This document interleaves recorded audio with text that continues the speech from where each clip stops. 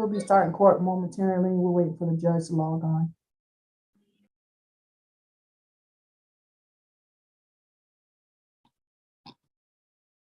Hey, Miss Lewis, welcome back. Thank you. I can't hear you. I think you might be muted, but. What? Can you hear me now? Can you hear me now? Oh, that was my computer. I'm sorry.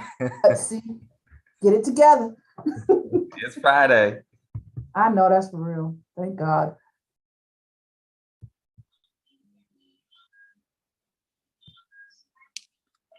The person who has the Galaxy S21 and 5G, can you tell me what your name is so we can change your name on the phone if we need to address you in court?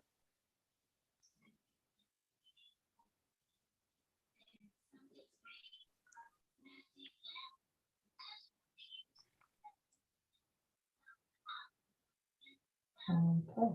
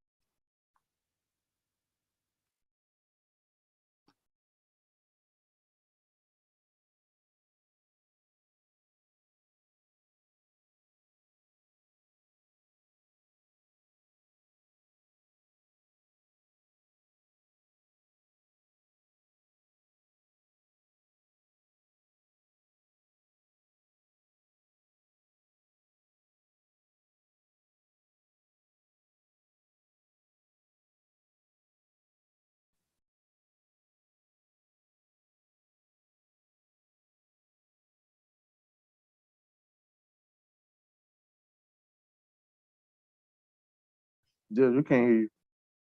Yeah, we can't hear you. We're ready.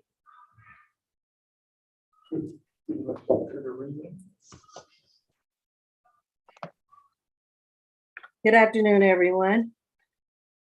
Good Hey. afternoon, Your Honor. Good afternoon, Judge. All right, we'll get started. Ladies and gentlemen, my name is Judge Regina Mincy, and this is the state court calendar for the, excuse me, for the state expedited accusations calendar. Excuse me for that. And we're going to start this state expedited accusations calendar today, which is Friday, June the 10th, 2022. I want to make a few announcements. First one being that these are cases that have come on this calendar where individuals have been currently arrested and charged with certain misdemeanor offenses. Soon after their arrest, the Fulton County Solicitor General's office has already accused these cases of the offenses brought against them, and these cases have been bound over to the Fulton County State Court. Nevertheless, this is usually the defendant's initial appearance before a state court judge. So we're going to address several matters today, including bond, possible arraignment, and consideration of any possible plea offers if they've been made by the state at this juncture. I'm going to also let you know that our reset date is June 23rd. Again, that is June 23rd. So I'm going to begin by advising everyone that this whole entire proceeding is being recorded and live streamed on YouTube, so govern yourselves accordingly. I also want the defendants on this calendar to know that you have certain constitutional rights. The first one being you have a right to have an attorney representing you today, and all of you should. You also have a constitutional right to remain silent. Anything that you say about the facts and occurrences of your case can and will be held and used against you. The state is here, they're listening, so listen to your attorneys again and act accordingly and by the instructions of your attorney. Where are we starting today? And I also understand I have several victims on the Zoom line today, so make sure when you hear the case called, you let me know. Remind me that you're there. I think most of them have been identified by name. Thank you for that, Ms. Lewis. And so we'll get started. Where are we starting first, deputies? It's going to be in courtroom 2, Judge. Good afternoon. This is position 1 with the private attorney, Mr. Billingsley. Okay. And good afternoon, Your Honor. Attorney Poliard here on behalf of Mr. Billingsley. Okay. How are you, Ms. Poliard? I'm doing well, and yourself? Good. All right. So we're going to get started here. And I understand I have a victim on the line as well. Is there a victim in this case with Davius Billingsley? Yes, ma'am. Okay. And your name is? Vanessa Diama. All right. And you, in order to talk to me, you have to have your camera on. Okay. Apologies. Do you Okay, see it? no problem. We'll get started and then I'll come back to you if you wish to address the court, okay? Okay. All right, this is case number 22 CR 0036418, State versus Davius Billingsley. You're charged with 1 count of simple battery family violence. The offense date is April the 2nd, 2022. Pre-trial, do you have anything? 7 total. Last was 2012 suspended license. He don't have any violence in this issue. He was recommended. I Okay. forgot to put him on the list, I think. Oh, okay. All right. And prosecutor, I have Mr. Segura. Yes, good afternoon, Your Honor. Good afternoon. This case occurred on April the 2nd, 2022.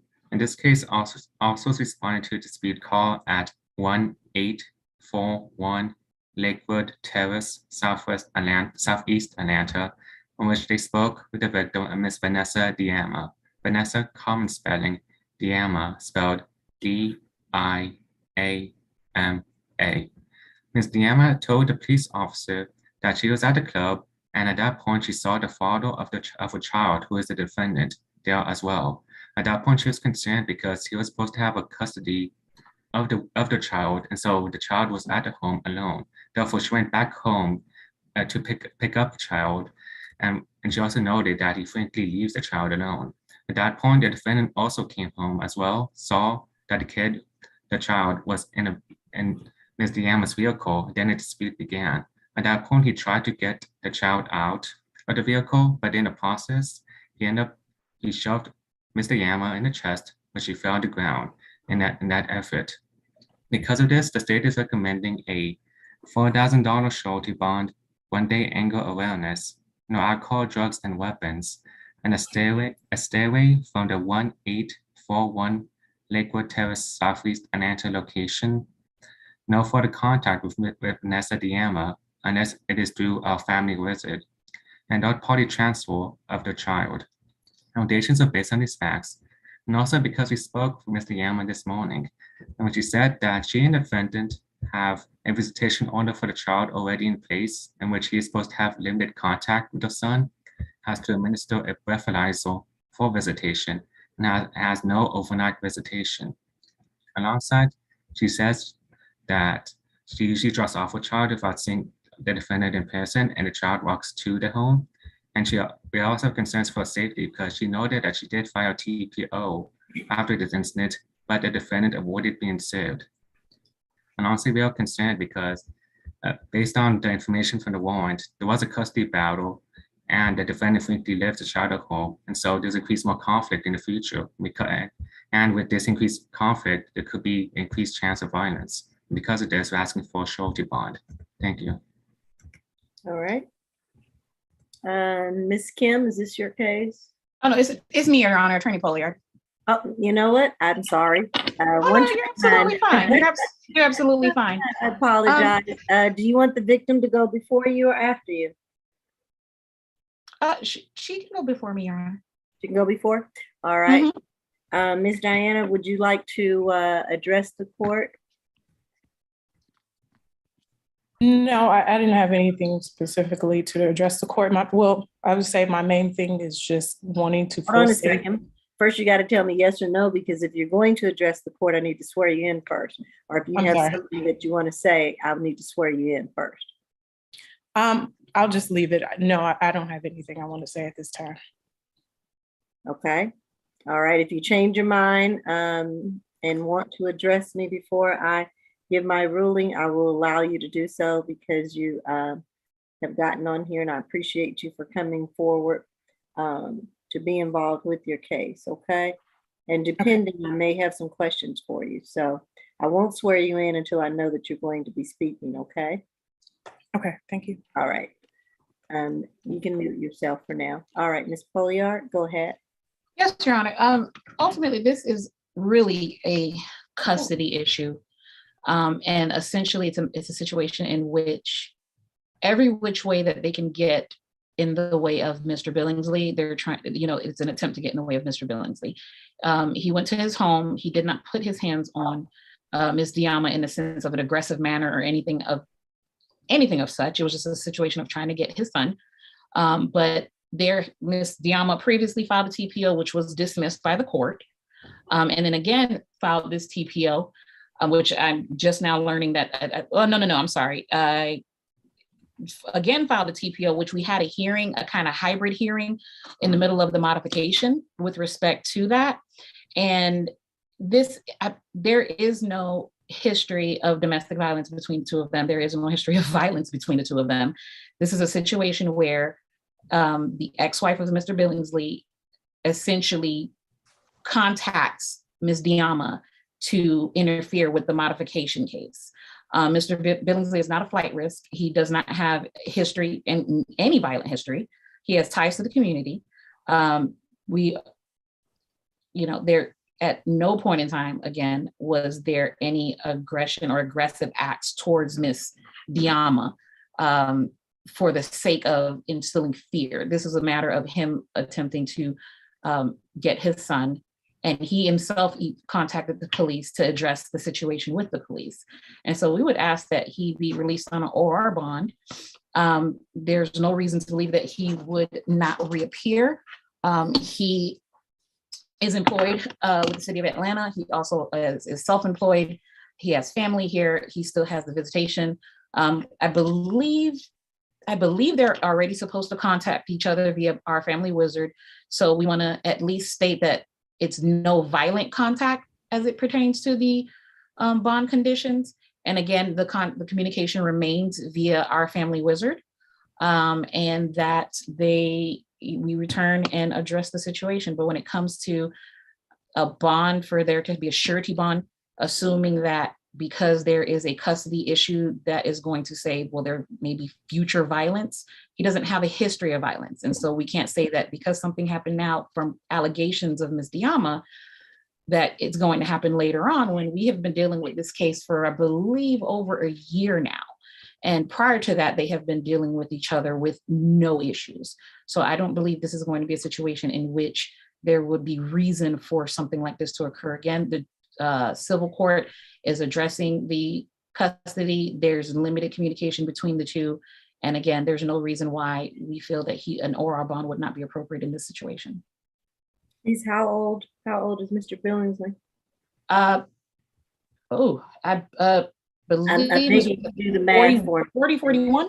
I cannot think off the top of my head, Your Honor. Yeah, 41, I think, according to the math here. Okay. All right. And so the case is pending in civil court. Is it here in Fulton or somewhere else? It's here in Fulton, Your Honor. Okay. So there's The last hearing we had was before Judge Manning. Okay. She handled the hybrid temporary / TPO. Right. And that was recently, you said there were two, one denied and then one recently? The one that is referenced from from the state, that was the hybrid case. And the previous one was filed, I believe, sometime last year, and that was dismissed by Judge Manning. And much of the same allegations, but for this alleged April 2nd incident. And again, this is third-party information coming from someone else whose motive is essentially to interfere with his relationship and interfere with his life in general and interfere with his relationship with his child. And so the court previously saw that this is it's a custody issue. They dismissed her first claim, and then the second one, as of right now, there is no protective order in place. It's, so here we are. Right, that's what I was going to ask. So with this second hybrid hearing, there's still no protective order in place. No, they did not issue a 12-month protective order. I have to double check to see if we actually have to go back on that, because there was a service issue, but they did not, at that hearing, they did not. They did address the custody, they did address the visitation, but they did not address specifically, or at least rule on the TPO. Okay. All right. And Ms. Diama, is there anything that you would like to state to the court before I give my ruling? Yes. Okay, raise your right hand for me. Do you affirm that the testimony that you're about to give is the truth and nothing but the truth under the penalty of perjury? Yes. All right. And what would you like to say? The TPO that I filed, which I filed directly after the incident that happened on this said incident that we're here for. Basically, what happened was Mr. Billingsley avoided service. It's on record and within the filings that he avoided. I want you to tell me about this incident. I don't want to get too much into your civil case or the other cases. With this incident and the allegations, let me ask you this: are you in fear of Mr. Billingsley? Absolutely. I have it written. Well, we have it written in the civil order to avoid that there is to be no contact outside of the custody exchange. It is expressly noted that the only reason why that basically I was letting go of the TPO aspect in order to get it written into the civil order that there is no contact. So there is ongoing fear there. Mr. Billingsley did put his hands on me. And so that's without question, it did happen.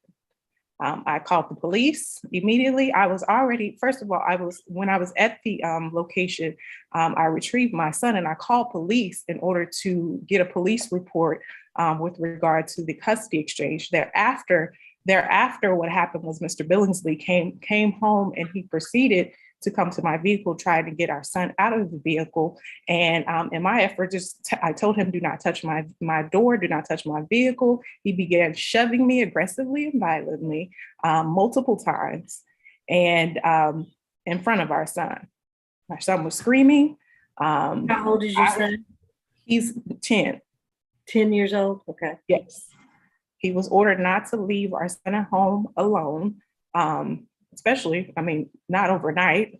And so my only issue, I was there to basically get my child and leave. There was no reason for me to have any type of interaction with him. I was already waiting for police. Okay. Mr. Billingsley came and he was aggressive towards me.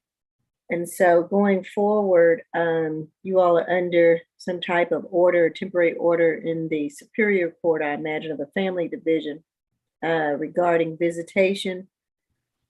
And your third party person, or how do you all exchange visitations? Is someone else involved with it?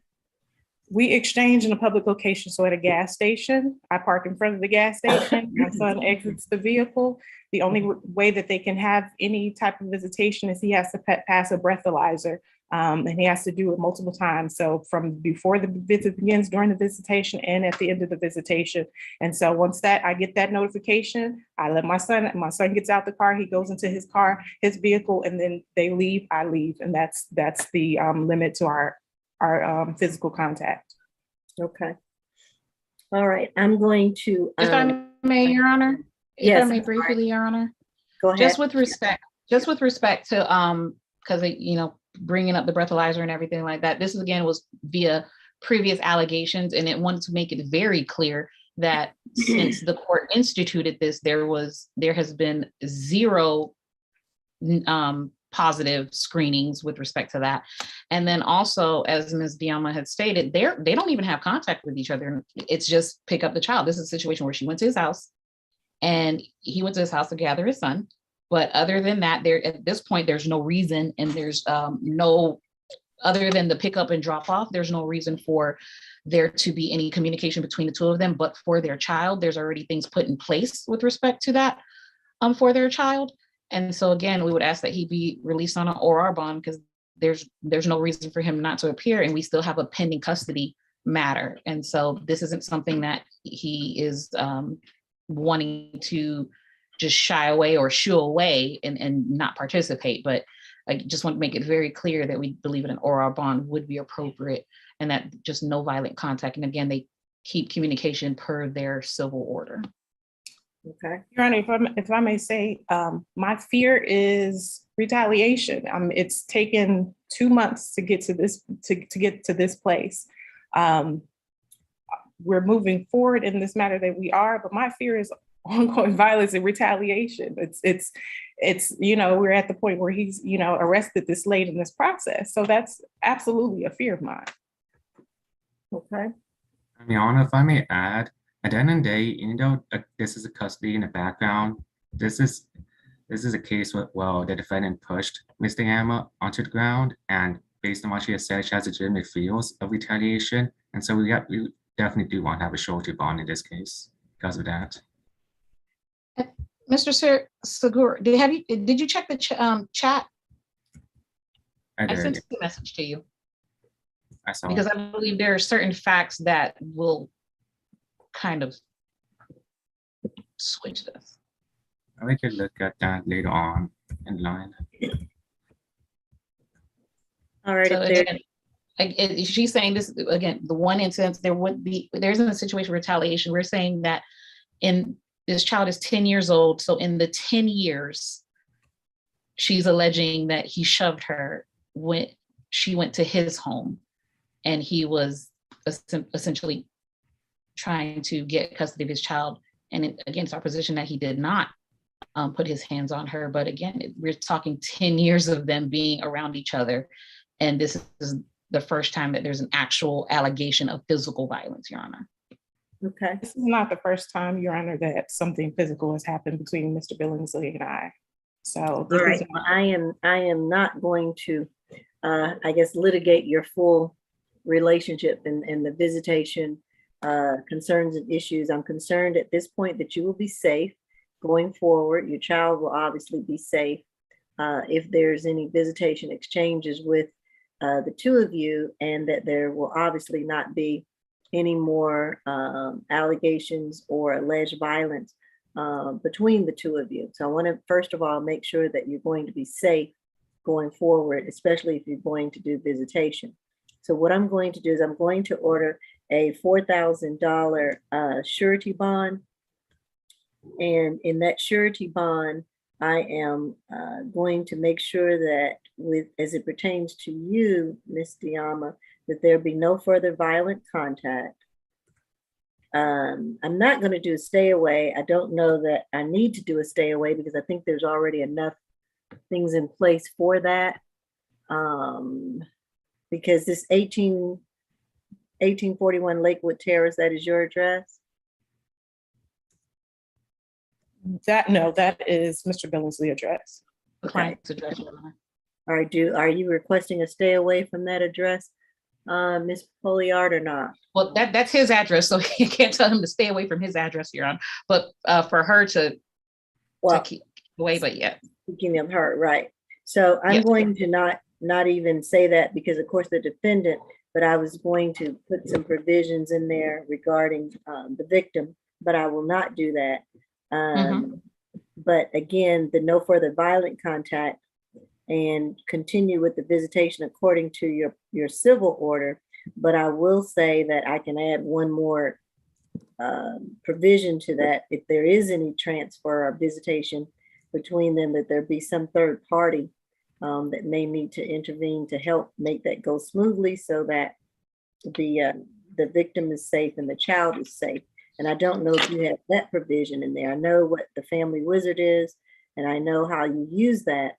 But again, as far as the contact and them coming around each other is what I'm concerned about. So if there's to be any other exchanges, I know you're getting the breathalyzer information, but I think for the moment till you cool down, till things cool down between you, that there be a third party person, a friend, a mother, a relative, to help facilitate that exchange after you've gotten the go ahead to do that.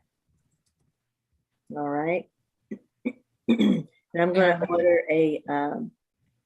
to order a 1-day anger management course for Mr. Billingsley, or anger awareness course, a 1-day course as well. No drugs, alcohol, or weapons while on bond, except for prescribed medication.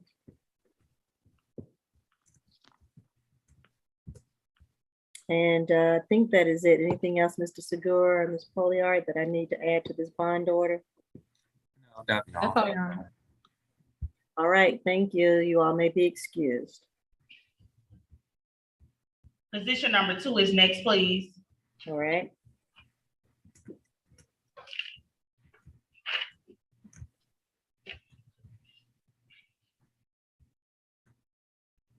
This is Brittany Browning, case number 22 CR 003642E, charged with 1 count of battery. The offense date is May 1st, 2022. Pre-trial.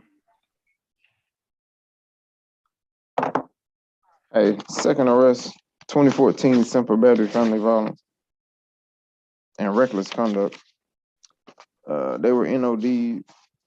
I think she has a bench warrant though. On one of these charges. That's the judge.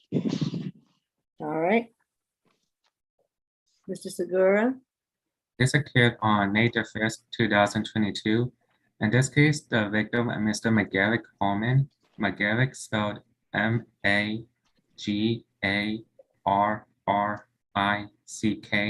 Holman, H-A-R-O-O-N, visited the precinct to file a report. He said that on that April 1st date, at the A Food Mart, which is a gas station at 121 Cleveland Avenue, Southeast Atlanta, he went inside the gas station to use the restroom. At that point, he felt someone pushed him from the female stall and returned to look at who it was. It was his ex-girlfriend, the defendant. At that point, there was a fight ensued in which she placed her hands on his face and started hitting him. And at that point, when police, he ended up with a bloody face. And when police ended up visiting him, he had lacerations on his upper bridge of the nose and also between his eyebrows.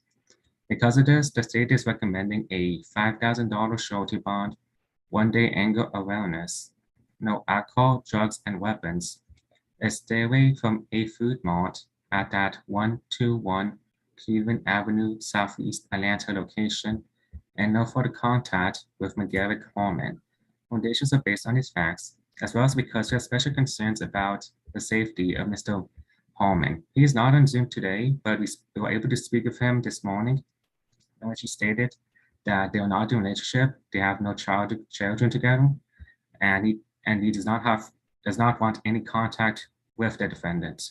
And also we have special concerns because I believe, as pre-trial is noted, there is an open case, which is 18 CR 008496E, which is a dormant case, which had bench warrant for disorderly conduct and criminal trespass. We are concerned that she could commit a crime when she was out on bond. Thank you.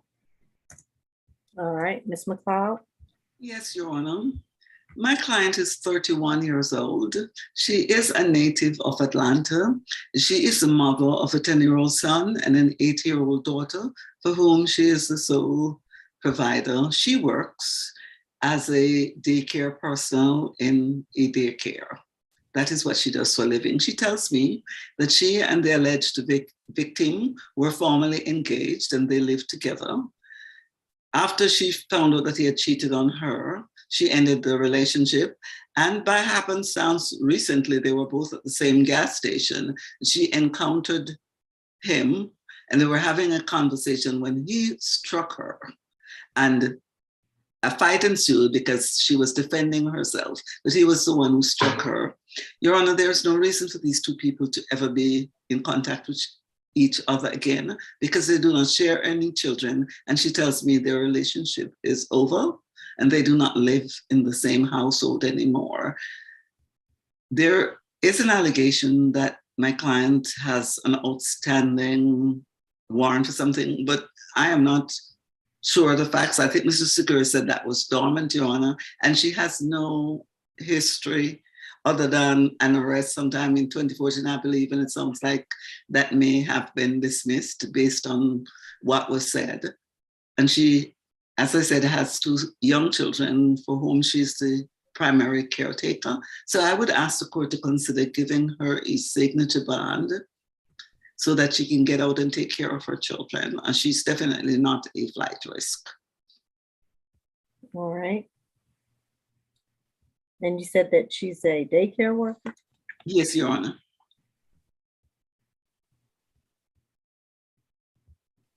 Your Honor, for that case, it was dormant, but now it's active again, which based on her arrest, it's still open. Thank you. Okay. Judge, that dormant case is gonna be reset to the next available SAP counter. That bench warrant? Yeah, that's that bench warrant 18 CR. Yeah, it's 00896. $1,500. I know that. Yeah, it's gonna be reset to the next available SAP counter unless you Okay. bond on it. Okay. Okay.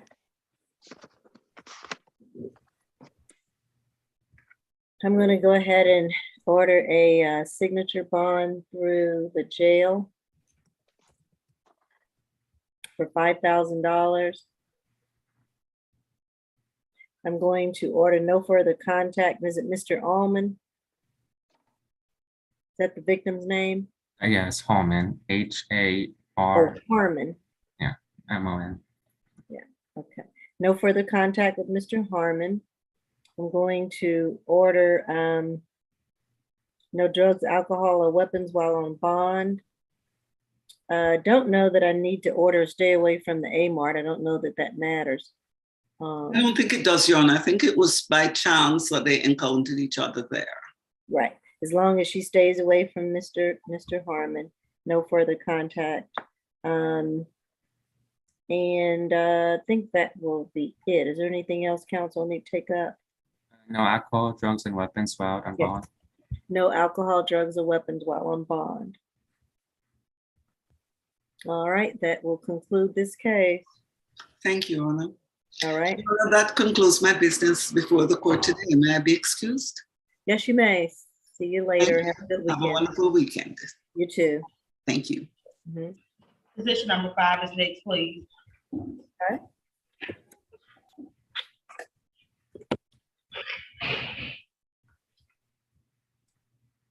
This is case number 22 CR 003644B, Kayasha Freeman.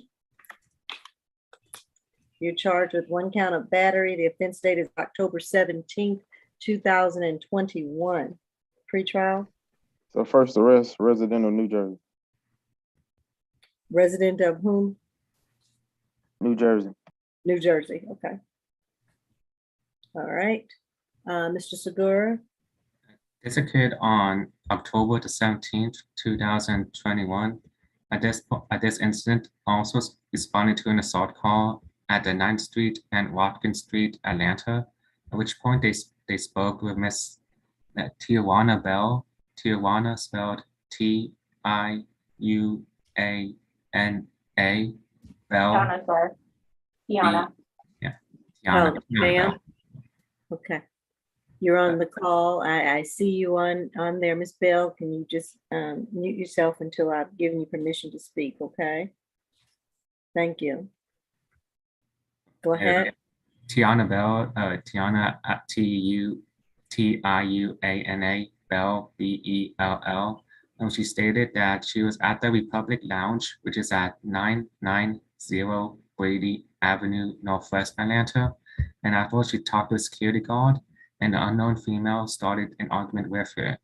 At that point, there was an agreement with Miss Bell, a friend, and two unknown females to take them home. At that point, the defendant went out from the backseat of the vehicle, went to the driver's side of the vehicle, and pulled Miss Bell out by her hair. At that point, the defendant attacked Miss Bell, punched her, kicked her to her body and her face. And when police were able to arrive, they saw abrasions to her arms and face, and she also advised to the police officers that she had neck and back pain. Because of this, we're asking for a $5,000 surety bond, 1-day anger awareness, no alcohol, drugs, and weapons, a stay away from the Republic Lounge at 990 Brady Avenue, Northwest Atlanta, and no further contact with Tiana Bell.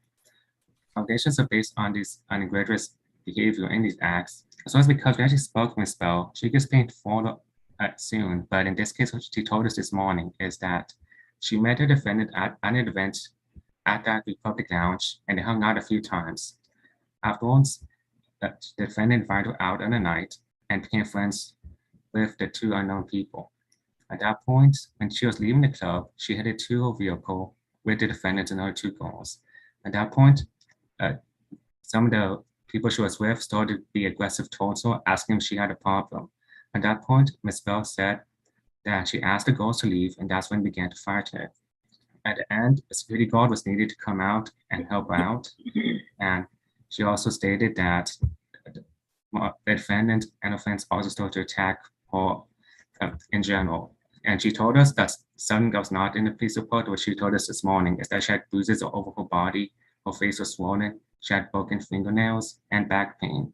And she said she's never been like this before, and she's seeking therapy after this incident. So because of this extreme concern we have for her safety, we're asking for a surety bond. Thank you. All right.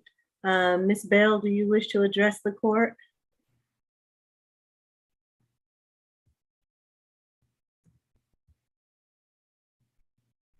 Can't hear.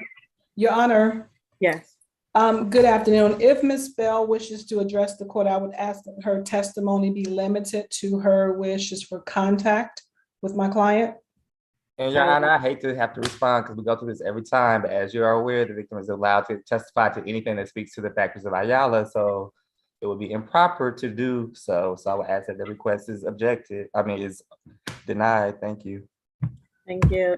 And I usually allow them a little more latitude so that I can understand the gravity of it as well as the Ayala factors, but your statement is noted, Ms. Gant. Ms. Bell, do you wish to address the court? Yes, I would do that. I can't hear you well. I'm sorry, I'm at work. I understand. Sorry, First, can you hear me now? first answer me yes or no. Do you wish to address the court? Yes. You do? All right. Yeah, sure. I'm sorry. Yes, ma'am. Can you raise your right hand for me? Do you affirm that the testimony that you're about to give is the truth and nothing but the truth under the penalty of perjury? Yes, ma'am. Okay. Are you in a secure or alone place at your job where you can talk? Yeah. I'm in a room door. Okay. So it's some bad feedback, very sketchy, but let's see if we can get through it. What would you like to tell me about the incident and your fear, Ms. Freeman? That incident, I never experienced being jumped before. Can you hear me? I'm getting every other word with a lot of static. Okay. Okay. I'm gonna take my headphones. Give me 2 seconds.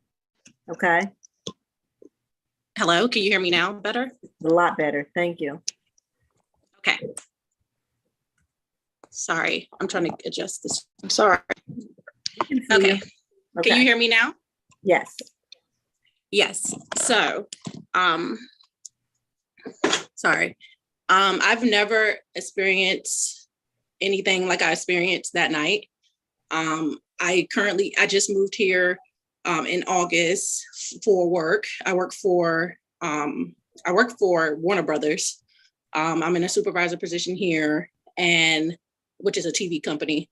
I met Taisha socially We hung out a couple times and I thought we were like cool. I never felt like she would, harm me or anything like that, when meeting her. But I believe that she should take responsibility because I feel like she Your followed Honor. the two females that were with her and they attacked me first. And I asked her for their names. Initially, I asked them for both of the females' names that attacked me first, and she jumped in too. I didn't deserve it. I just kindly asked y'all to get out my car because y'all were being violent. I have a child, I have a career, I don't have a violent history, and I know everyone was tipsy and drunk, but I do want her to take responsibility for what happened to me. Like after, right? Are you I got in in a car fear of accident. her? Sorry to cut you off. Are you in fear of Ms. Freeman? Yes, because of the threats made after the situation happened, after talking to the detective. She contacted me, and when she contacted me, she was very aggressive. And I said to her, I've Your already Honor, talked I to a object detective. to this testimony. It's irrelevant and outside the scope of the incident. There are no allegations that my client is terrorizing Ms. Bell. I called 911. I have the dates when I called 911. They have hospital records. I also, a month before, I got in a really bad car accident and almost lost my life. And I was suffering from that, and she was aware of that too. Objection. Okay, hold on. And I was injured. Hold on. Ms. Freeman, please do not speak. Ms. Freeman, is not your time to speak as a defendant. This incident happened October the 17th of 2021. Mm-hmm. And so in the interim, I don't know, it sounds like you've had some contact possibly with her. So my key question was, you stated that you're still in fear of Ms. Freeman and there may still be some issues going on. Yes. Okay. Yes, I was threatened multiple times, and I'm really scared because of the other two females. She won't give me their name. Nobody gave me their names. The detectives were like, like that right there, her not coming forward with people who harm me, that's scary. And she knows about me, she knows what I do. I'm in the public eye because I do work in TV, so I do fear for my safety, and I've been fearing ever since the situation happened. Okay. All right. I do get the gist of what you're saying. In the essence of time, I'm going to hold it there. And I'm going to let Ms. Gant give that. And thank you for giving us your time today. Okay. So mute yourself for a second. Okay.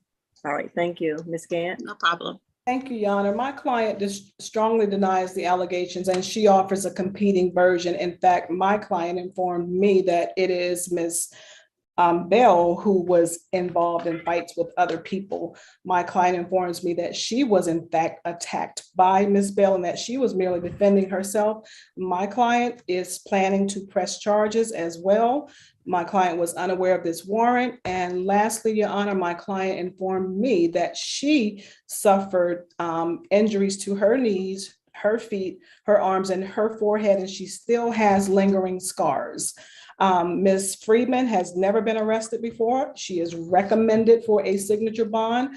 I am requesting a signature bond, and I would ask that Your Honor not consider many of the things that are offered in testimony. That testimony far exceeded Your Honor's wishes, Your Honor's order regarding the incident, regarding multiple people. We don't know who those people are. My client has a simple battery charge. She does not have any prior history whatsoever. She is 25 years old. She is a resident of Atlanta, Your Honor. I am happy to put her address in the chat. Your Honor, my client informs me that she works 14 days on and 14 days off. When she is not working, she is in the Atlanta, Georgia area. When she is working in New Orleans.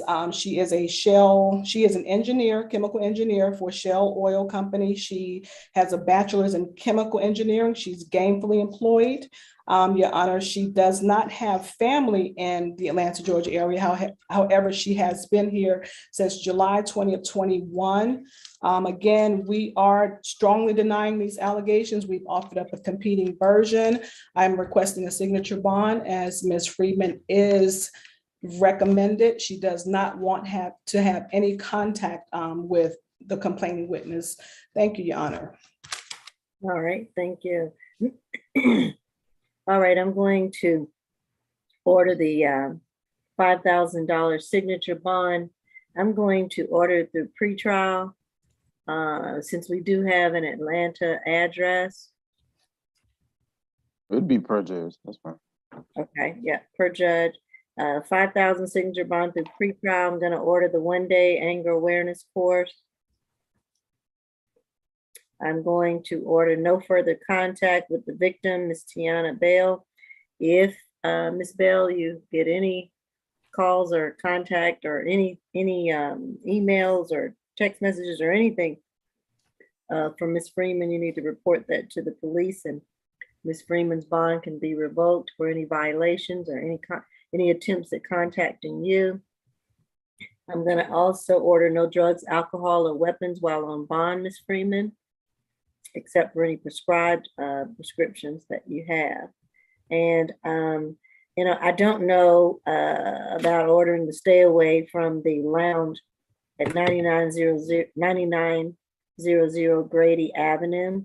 I don't know how council feel about that. Maybe I'll go ahead and just order that Ms. Freeman, since she will be on a signature bond, should stay away from that lounge in case Ms. Bell goes back there, even though there should be no further contact between them. Is there anything else that I need to order? What is the address for the lounge and if there's a particular name? Is that the 9900 Grady Avenue, I thought? Is that not correct? Yeah, that's the lounge, 990 Brady Avenue. Okay.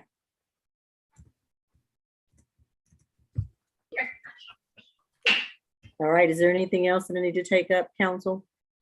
Nothing further from the defense, Your Honor. Thank you. All right, thank you. All right, Ms. Bell, good luck to you.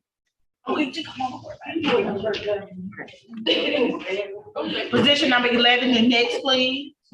Okay.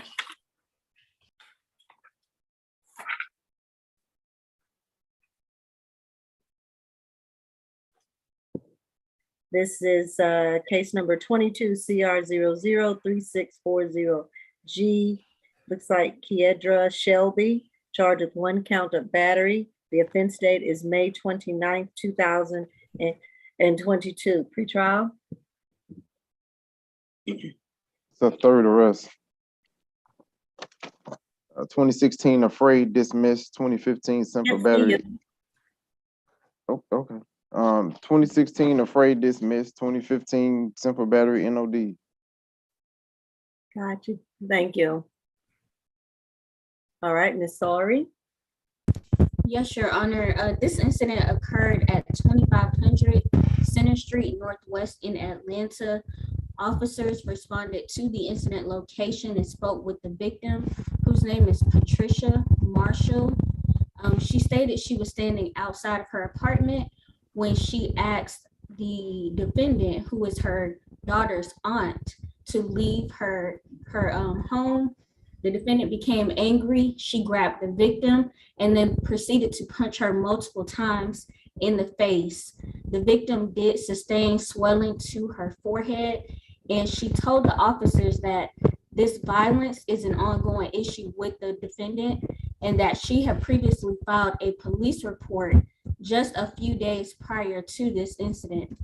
Your Honor, given the facts of this case, the bond recommendation is currently set at $5,000 surety. The state is asking for a $3,000 surety bond with conditions of staying away from the incident location, no contact with the victim, 1-day anger awareness, and no drugs, alcohol, or weapons. Nothing further. All right, and that was, how much was your bond recommendation, Ms. Sorry? Yes, Your Honor, it's $3,000 surety. Thank you. All right, Ms. Kim?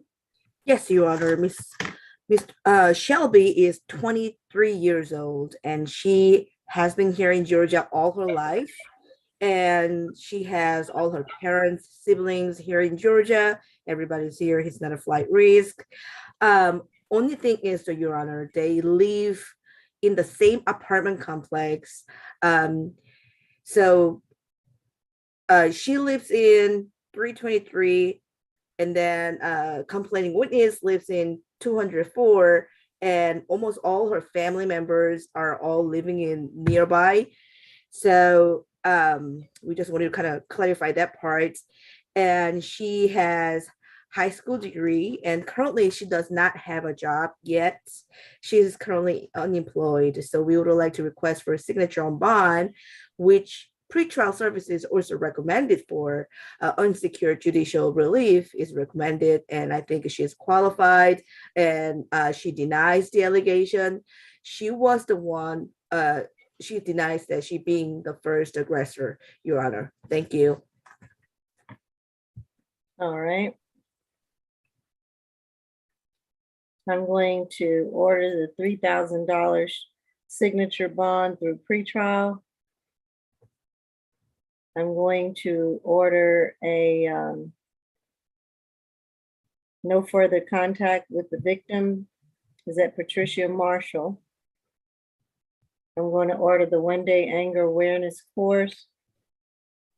And as far as this address, the 2500 Center Street, it's the address of both parties, I guess, just different apartments, correct? Yes, Your Honor. And it's kind of weird because they're both there, and I don't know how close these apartments are. Are they in the same building, different buildings? I don't know if we know the specifics of that. Right, Your Honor, and that's why we're asking for the stay away from her apartment. We would be amenable to including that in the language for the stay away. But we would absolutely want to issue a stay away from the victim's apartment. Right. And I'm a little concerned because Miss Shelby is 23 and unemployed. She's a little younger. And I don't know if she has anywhere else to go stay due to unemployment and her age. And I see Miss Kim is saying no, she does not. Miss Kim, can you ask your client, are these two apartments in the same building, adjacent buildings, how close they are? Ms. Shelby, would you please describe how close they are? Go ahead. So, they are in the same building. She live in 322, and my sister, who I live with, stay in 204. I guess it's like a one above to each other. It's no, it's like down, like it's from 4 to 22. However many doors that is apart, it's straight down. I believe she is residing with her brother, and her brother's name is on the lease, I believe. Okay, Your Honor, and as we've heard from the defendant, she did state there's a good distance between the two apartments. So we would ask for that stay away. All right, Miss Shelby, can you get to your apartment without passing Miss Marshall's apartment? Ma'am? Can you get to your apartment without passing Miss Marshall's apartment? Yes, ma'am, but I also have another thing I would like to say. No, like no, my mom, please do not say anything other than living situation, Miss Shelby. Is it about living situation? No, no. Then let's not say anything more. You Yeah, have every right to remain silent. Follow your attorney's advice. I am concerned about the closeness of it so that we don't have any more allegations of violence going on, Ms. Kim. And I'm concerned that they're in the same building, but I'm going to again order a stay away from the location and apartment 204. Is that correct, Ms. Sorry? I'm sorry, one moment. Is it correct to say No, that? ma'am, this 204 is my apartment. Oh, I was giving them back. Yeah, I thought yours was, I thought yours was 323. No, her Where's my- apartment is 322, mine is 204. Okay, I believe that's correct, Your Honor. Three, okay. actually, 312. Is it 312? It's not her apartment. I'm sorry, the victim resides in which apartment? Who can give me the right She apartment number? stays at 322. 312 is not her apartment. It's her girlfriend's apartment. That's what was listed on the report. So if we could actually do 322 and 312, that would be sufficient. Okay, so we're gonna order to stay away from apartments 322 and 312. So you're not to go by those, Miss Shelby, or else you're gonna be rearrested, okay? So I'm hoping you can get to your apartment in 204 without going past 322 and 312. If not, I'm gonna order you to stay away altogether and find somewhere else to live. Can you do that?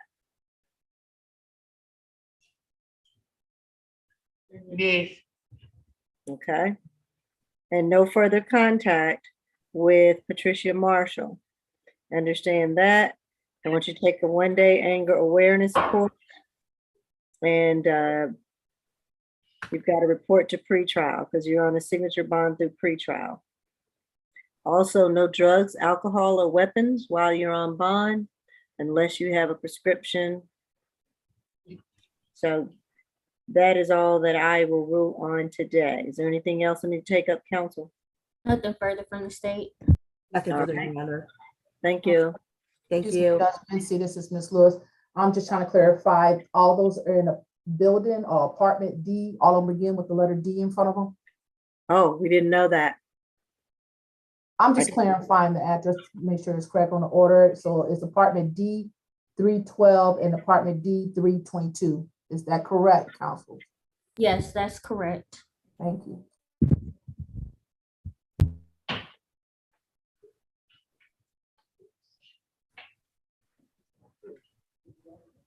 All right, which position do we have, Deputy? Position 14, please. Okay.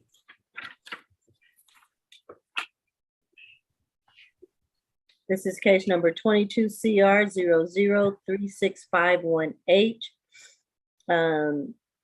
Sakina Young, charged with 1 count of affray or fighting, 2nd count, and 3 more counts of simple battery, all with the offense date of May 2nd, 2022.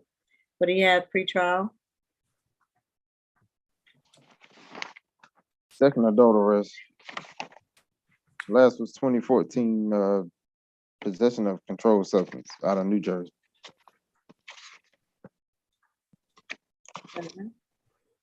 Yeah, that's it. Okay. All right, Ms. Sorry. Yes, Excuse Your Honor, me. this incident All occurred. right. Hold on a second. I'm sorry. I'm sorry, he said second offense out of New Jersey. This is not your time to speak, Ms. Young.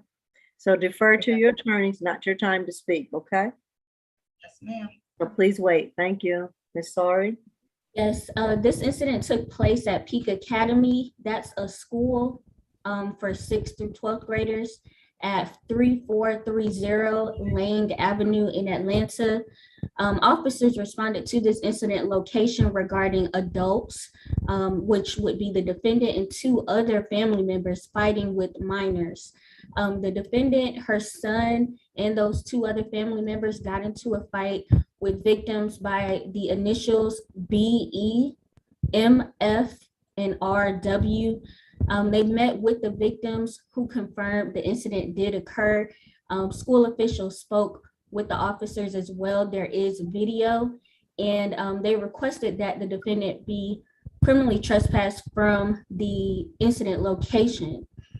Given the nature of this incident, Your Honor, this is an adult going on a school campus, fighting with minors. The state's recommendation is a $2,000 surety bond. On each count, no contact with the victims, stay away, 1-day anger awareness, and no drugs, alcohol, or weapons. Nothing further. So that's 500 on each charge. Because you said No, a Your 2,000. 2,000 on each charge, I'm sorry. So that would be an 8,000 surety bond, because there are 4 charges I have. That's correct. I thought you said 2,000. I said 2,000 surety on each charge. Got you. I'm sorry, 2,000 on each, okay? All right, that is the state's recommendation. All right, Miss Kim? Yes, Your Honor. Miss Young is 34 years old, and she has been here in Georgia for about 4 years. She's from New Jersey, and she came here with her ex and her ex's family, and now she is all by herself. She has 4 children, 18, 15, 13, and 6. And she does not have anybody else, adult family members who can support her other than ex-in-laws. She does not have a job at this point. She has been unemployed for about 1 month. However, she has a high school diploma, and she's recommended for unsecured judicial relief, signature on bond by pretrial services. And her story is totally different. Her son was getting completely bullied by 3 other boys. And indeed, they were getting attacked and jumped over. And Your Honor, just because kids can be very, those kids who know that they're not going to get punished because they are juveniles can be very manipulative of the system. And I really feel uncomfortable about the bullying kids getting away with bullying another student who just won by 3 other boys. And that should not be happening anywhere. But anyway, Your Honor, we would like to request for signature on bond. Thank you. And Your Honor, I'm sorry, briefly to respond to PD Kim, there are protocols in place for any type of bullying incidents. The defendant did not have the right to go on that school campus and fight with those children. Again, they are minors, and given all the things that are going on in the media with school shootings, it's just totally inappropriate for an adult to conduct herself in that manner. So that's why we're asking for that surety bond, nothing further. Your Honor, she was not the first aggressor, Your Honor. We would like to clarify that. She's the one who got jumped on. Thank you, Your Honor. All right. And Your Honor, he came to the school, so we would like you to consider that as well. She's not a student. All right. Right, she's the parent of one of the students. That's correct. Parent has to pick up the minor child, Your Honor. How old is, which child is this? Is this her 13-year-old? Yes, Your Honor. That goes to that school? I believe he was 15-year-old. Your Honor. 15-year-old goes to that school? Yes. And I'm sorry, Your Honor, just very, very briefly, I'm sorry. I totally neglected to mention a fact that was in the report that stated that the defendant actually received a call from her child stating that he was afraid he would get jumped. So she came on campus with that in mind, that her child was getting ready to get into a fight. So it wasn't a situation where she was just attacked. She knew ahead of time that there was already something going on at the school. Okay. May I speak, please? No, I strongly recommend you to stay silent. You have Okay. every right to remain silent. And I strongly recommend for a signature on bond, Your Honor. All right, I'm going to order $8,000 signature bond through pretrial. And Ms. Young, I want to be very, very clear with you about going to that school. I'm going to order a stay away from that school. Your child is 15, and I understand that, but you do have an 18-year-old. So you're going to have to find someone else to go pick up your child from school. You are not to go back to those premises at 3430, is it Main Avenue? Peak Academy? You already said, County Court 30 Lang, L-A-N-G. oh, Lang. G. Lang. And I'm sorry, my volume, my sound or speakers are not that great. Lang Avenue. And you are not to go back to the premises of Peak Academy. If you go there, you will be rearrested, okay? And so you'll have to find someone else to drop off and pick up your child. Also, I'm going to order stay away from the victims in this case, who are all minors, it appears, B, E, M, F, and RW. That's correct. Okay. And so I'm also going to order the one-day anger awareness course. And pretrial will tell you about that. No drugs, alcohol, or weapons while you're on bond, okay? Anything else I need to take up? Nothing further from the state. All right. Nothing, Your Honor. Thank you. All right. Excuse me, was there three, y'all saying that's, no further contact with the 3 juveniles that was, mentioned in the warrant? Correct. Okay, because I only heard 2, Oh, I had a B, E, M, F, and RW. Oh, Those okay. are the 3 initials I think Ms. Sari gave me. Correct, Judge. Okay. B-E-R-W and M as in Mary, F as in Frank, right? Correct. Okay, all right. Yes. Mhm.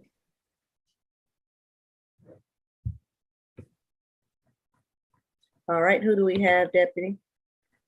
Position number 15, please. This is case number 22 CR 003650E. Abriel Zachary, you're charged with 1 count of battery, a 2nd count criminal trespass, both with the offense date of March the 16th, 2022. First Pretrial. arrest. Okay. Thank you. Ms. Sari?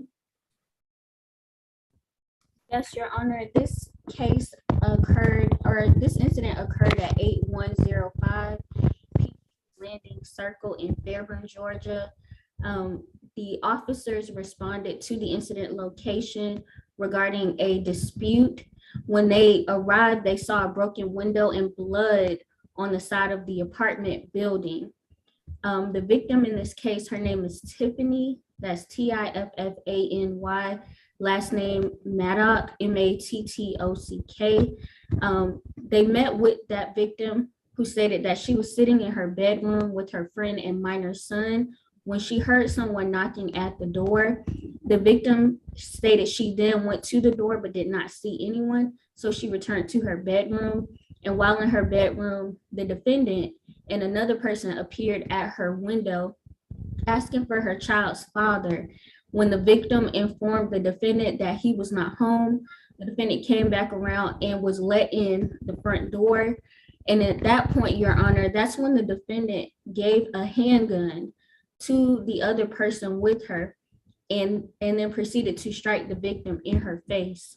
A fight ensued and the victim did sustain injuries, including that blood that the officers observed when they first arrived. A witness was outside walking their dog and they told the police that they did in fact hear gunshots, and the witness was able to talk the defendant into giving him the gun, but ultimately gave it back to her. And the defendant then used that gun to bust a window at the victim's home. Your Honor, this is this defendant's first arrest. However, due to the nature of this incident, the fact that there's a gun involved, this was an unprovoked attack. So this defendant does present a significant risk to the community, as well as a risk of intimidating the victim. Our office was able to speak with the victim, and she stated that she and the defendant's child shared the same father. She did, to be candid with the court, state that she was not in fear of the defendant and did not want to proceed because she has kids. But however, Your Honor, as we know about the cycle of violence, a retraction or not wanting to go forward is unfortunately to be expected in a case like this. The state is highly concerned with the defendant's actions. She was the person that actually handed the gun to the other person who fired the shot. So our recommendation is a $6,000 surety bond. That's 5,000 on count 1 for battery and 1,000 on count 2 for criminal trespass. No contact with the victim. Stay away. 1 day anger awareness, and no drugs, alcohol, or weapons. Nothing further. And give me the address again. Yes, Your Honor. That's 8105 Peachtree Landing Circle in Fairburn, Georgia. All right, Ms. Kim. Yes, Your Honor. Mr. Abriel Jakari is 24 years old, and she has been here in Georgia for all her life. She has 2 minor children, 2 years and 5 years old, and she's not married. And yes, she has her parents and siblings and relatives here in Georgia. She's not a flight risk. And Your Honor, about this gun issues, she denies the allegation. She's not the one who handed to somebody else. That's not the case. And we would like to request for signature on bond as pretrial services also recommended for unsecured judicial reliefs since she is qualified. She does not have a job. She has not had a job for the last 2 months. She has a high school diploma, and she's qualified for signature on bond. So we would like to request for that, Your Honor. Thank you. Okay.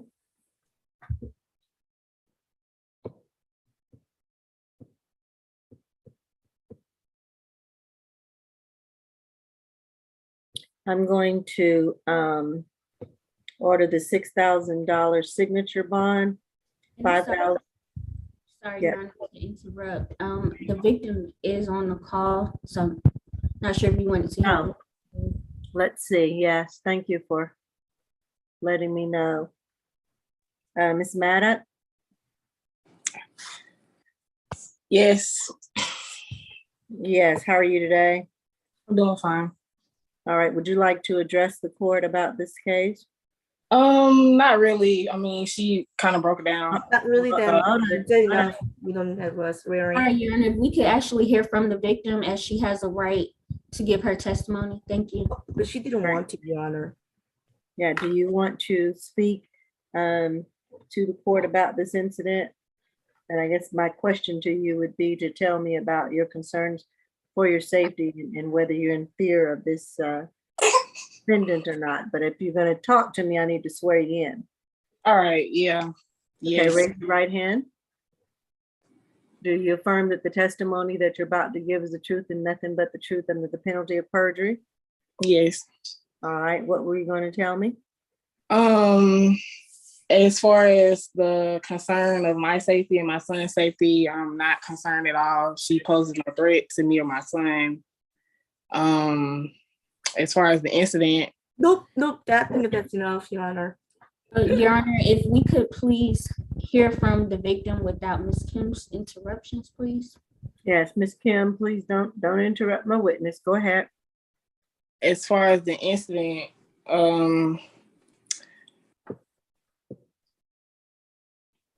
I really don't have nothing to say. She kind of broke it down. That's what happened. Okay. And Your Honor, as we've been, we don't have a competing version from the victim herself. The state is still concerned regarding this incident. They do have a familiar relationship as the two share, their children share the same father. So this could occur in the future. So we are strongly asking for that surety bond as a gun was also involved in this case. Nothing further.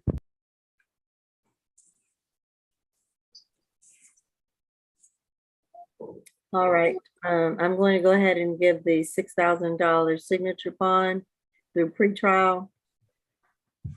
I'm going to first order Ms. Zachary, no drugs, alcohol, or weapons while on bond.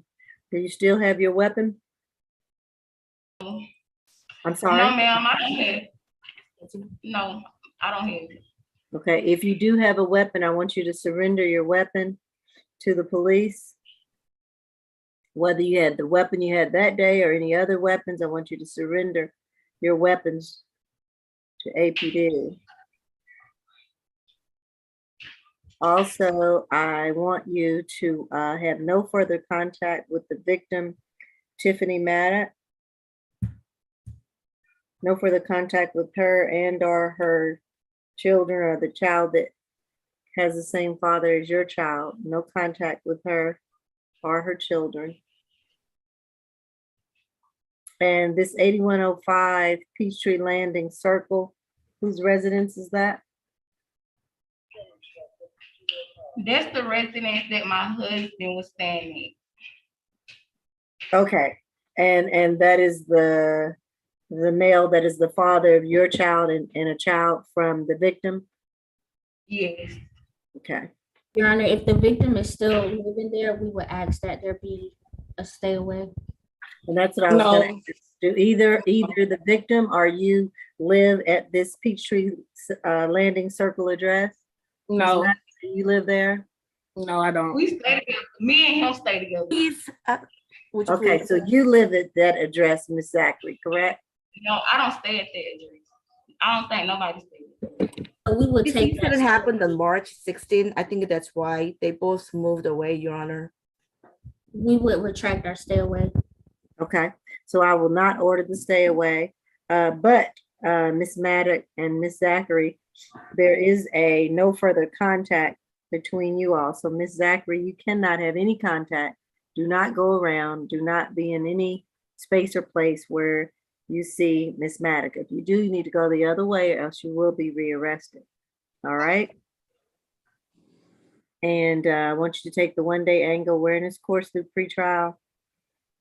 And if you have any weapons of any sort, I want you to surrender them to the police, okay? All right. Thank you, Your Honor. Thank you. Thank you, Your Honor.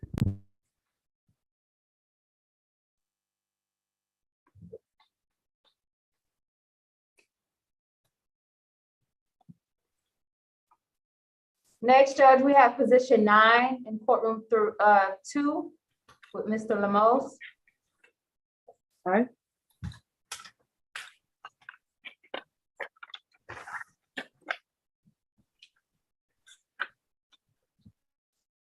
This is 22 CR 003639F. Christopher Lemos, you're charged with 1 count of battery. Offense date June 9th, 2022. Pretrial? 23 total. How many? 23. Okay. Last arrest was 2021 for battery out of Hall County. 2018 battery Hall County. 2017 failure to appear. 2016 probation violation. 2015 disorderly conduct conviction. He got some DUIs in this issue. 2010, 2011 parole violation. Yeah, the 2014 battery, it was merged. I think it was merged to disorderly conduct, something like that. And the 05 simple battery I saw, he played no-low. It was a robbery with that arrest, it was dismissed. That's it. Okay. All right, Miss Sorry. Yes, Your Honor. This incident took place at 186 Polar Rock Road in Atlanta. It is a rooming house where both the defendant and the victim occupy. They've occupied different rooms. The victim in this case, his name is Arthur Green. Green is Green. Officers responded to this incident location regarding a dispute. The victim informed officers that during a verbal altercation, the defendant attacked him and hit him in the mouth. At this moment, the victim actually informed us it was with a brick. Officers did observe that the victim sustained a bloody mouth and a swollen lip.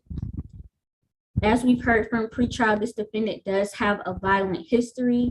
That 2018 battery out of Hall, 2021 battery. He also is a flight risk as he has a 2017 FTA. He has multiple probation violations and DUI guilty convictions. The state's recommendation is a $3,000 surety bond with conditions of no contact with the victim, a stay away if the court finds that the defendant has another location to go to, a one-day anger awareness course, and no drugs, alcohol, or weapons while on bond. I did also want to state, we spoke with the victim. He stated that he has made another police report against the defendant about 3 months ago, where the defendant did threaten to cut his throat and kill him. So, Your Honor, we are asking for that 3,000 surety bond and no contact with the victim. Nothing further. All right. Ms. Gant? Thank you, Your Honor. Mr. Christopher Lemos strongly denies the allegations, Your Honor. Mr. Lemos informs me that on the date of this incident, 3 people attacked him. He states that the complaining witness, Mr. Arthur Green, came home from work and drunk and that he swung at him. My client states that he was merely acting in self-defense. My client informs me also that he is the person who called the police and that his clothing was torn and that he fell to the ground and sustained cuts to his face. Mr. Lemos is 37 years old. He has been in the Atlanta, Georgia area since 1997. He does not have any family who's able to help him pay anything toward bond. In fact, his father is deceased. His mother is suffering from Alzheimer's. He does have a nephew, but his nephew is unable to help. We are opposed to the stay away at the incident location. As we heard from the state, this is a rooming house. My client does not have the means to secure another residence. In fact, he desperately wants to be released today because he informs me that his rent is due. If he does not pay his rent today, he will be subject to being homeless. He will lose all of his belongings. He states that he just got back on his feet. He is employed at the airport, has been in that position for about 7 months. He's due back to work today. Your Honor, he informs me that he pays $300 for that room, and we know that housing rental rates are on the rise. He does not have the means to secure another residence. Your Honor, I am opposed to the stay away as for reasons stated. I would ask Your Honor for a no violent contact order as both the complaining witness and my client currently reside at that rooming house. I am requesting a signature bond on Mr. Lemos's behalf. He tells me that he does not have the means to pay anything toward bond. The report that I received states that he is eligible for a signature bond. However, I do acknowledge my client's history. He informs me that the January 2021 battery, he is on pretrial diversion for that, and that case is in the process of being dismissed, Your Honor. Lastly, Your Honor, if you determine that Mr. Lemos is ineligible for a signature bond, I would ask for the lowest bond possible because technically for him, it is no bond. Again, I ask for a no violent contact order, and I would bring to the court's attention that Mr. Lemos informs me that he works with Mr. Green, so a stay away would mean that he loses his residence. A no contact order would also potentially mean that he loses his job as well, Your Honor. Thank you. And Your Honor, I'm sorry, briefly to respond. We would like the court to consider what Ms. Gant just stated regarding this defendant was given a previous pretrial bond in Hall County, and yet here he is before you again today. So he has clearly violated his bond conditions for a whole separate case in a different county, as well as it's June 10th. And this incident did occur yesterday, so there has not been enough cooling off period, as well as what Ms. Gant mentioned regarding rent. It is the 10th of January, and this incident did occur yesterday. Nothing further. And Your Honor, if I may add that my client is presumed innocent in this matter, and it is his position that he was attacked, Your Honor. Thank you. All right. I'm going to order a $3,000 surety bond. I'm going to order a stay away from 186 Polar Rock Road. I'm going to order no further contact with the victim, Arthur Green. No drugs, alcohol, or weapons while on bond.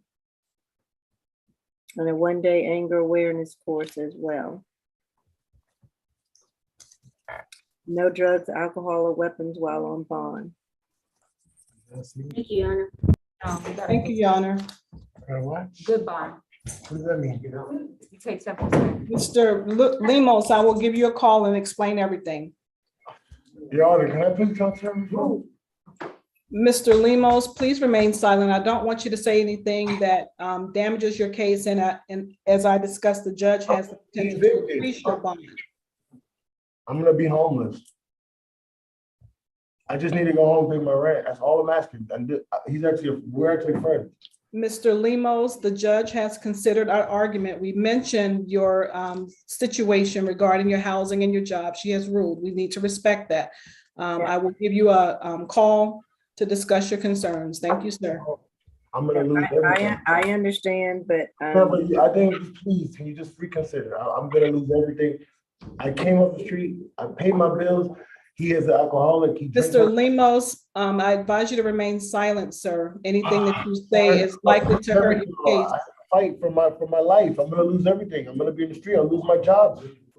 Right, with your history and the fact that you're already on another bond, and with some of the allegations I've heard, I'm concerned about the victim's safety. Irrespective of that, Mr. Lemos. So that would be my ruling, the $3,000. Where am I gonna live? Where am I gonna live? May we mute courtroom 2, please? Okay, thank you.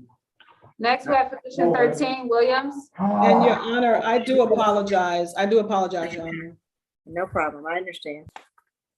You said 13?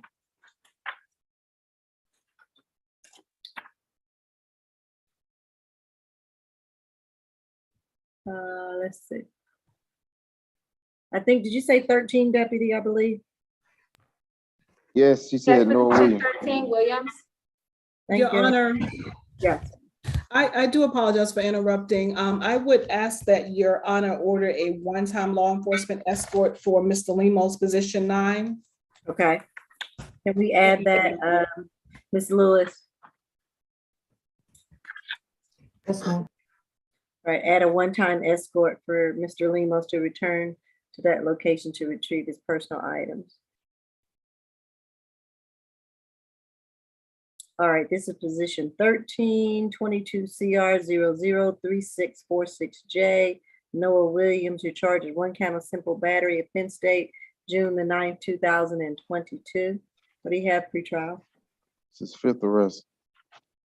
Last arrest was back in February out of Mississippi. It was for a fugitive warrant. 2019, he was arrested in Liberty County for armed robbery and robbery. 2019 faded to a pure conviction out of Liberty County. And the 2017 misdemeanor possession of marijuana, possession of drug-related objects, it was dismissed.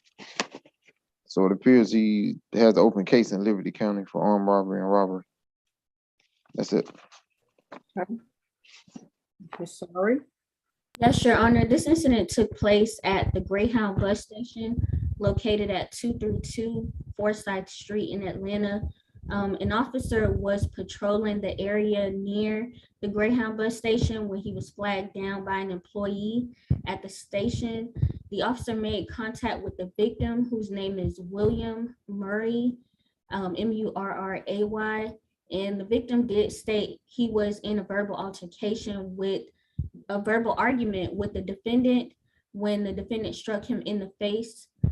There were also multiple witnesses who corroborated the victim's statements of events, and the defendant was detained. As we've heard from pretrial, the defendant does have open cases. He have that armed robbery case that's just from 2019, as well as a 2019 FTA.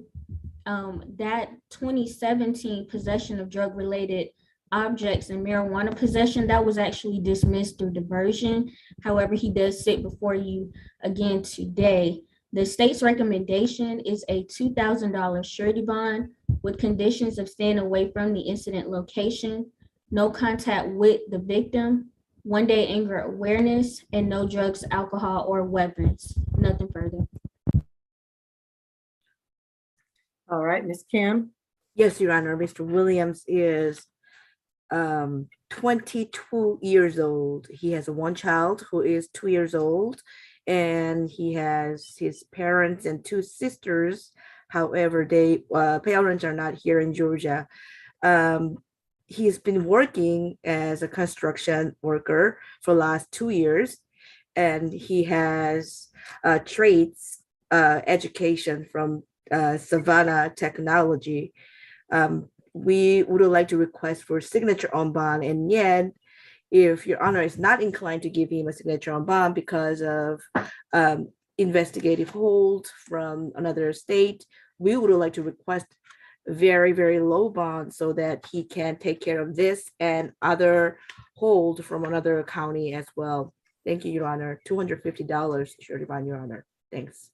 And Your He Honor, has a hold? Investigative hold, Simpson County, Massachusetts, 2022. Did I make a mistake? Mississippi. That was an arrest from Mississippi. Oh, there was arrest. Yeah, he don't have a hold. Sorry He just got about an open Sorry case. about that. Yeah. So there was no hold, Your Honor. Sorry, Your Honor, as far as the other 2019 case that's still open, we are still concerned that the defendant, once released, would not appear to answer for this case, as he does have a 2019 FTA. So we ask, if you are not inclined to issue a surety bond, if you would consider only releasing the defendant to that hold and not releasing into just the general public, nothing further. Y'all, where y'all getting this hold from? That's my question. Does he have a hold? Excuse I don't think pretrial said anything about a hold, did you? I'm sorry. No. I said I made a mistake. Sorry, it was the 2019 case that he He's presumed to be innocent.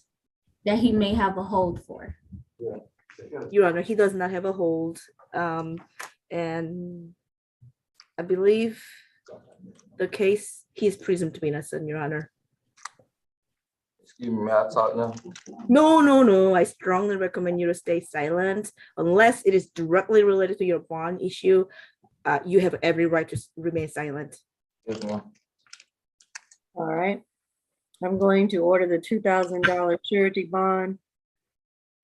And I'm going to order that there be a stay away from the incident location. I think it's the Greyhound bus station, 232 Forsyth Street. We're going to order no further contact with the victim, William Murray. I'm going to order the one-day anger awareness course. Going to order no drugs, alcohol, or weapons while on bond. And I believe that is it. Anything else, counsel, that I need to take up? Oh, for Greyhound to stay away, Your Honor, when he has a tickets to that day to go somewhere for work and come back, since he's working for construction, they have a different job location, and that's the transportation that they use. Would he be allowed to do so, Your Honor? He's working for whom again?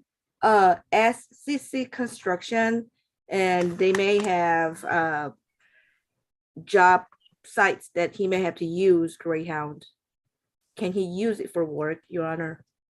Well, the problem is he is accused of assaulting one of the employees there. Is that not correct? That's correct, Your Honor. It was one of the bus drivers. Well, yeah, I have to err on the side of caution with that, with the employees at the Greyhound bus station to not be in fear and to be safe from assaults from potential defendant. So at this time, I am not going to allow him to go back to the Greyhound bus station. He'll have to find some other means of transportation if he needs it in the interim. Yes, Your Honor. Thank you. Okay? Yes. Thank you. Thank you. Judge, was that a $2,000 good bond? Yes. Okay, thank you. Mhm.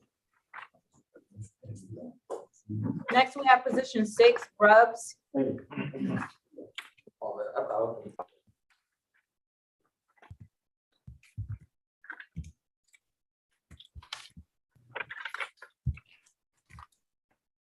This is 22 CR 003647H.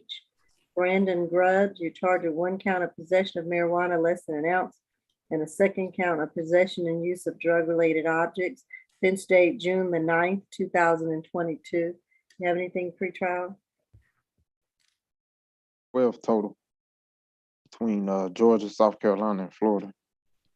The Georgia history last was 2013 probation violation, 2012 probation, another 2012 probation, 2011 battery simple assault conviction.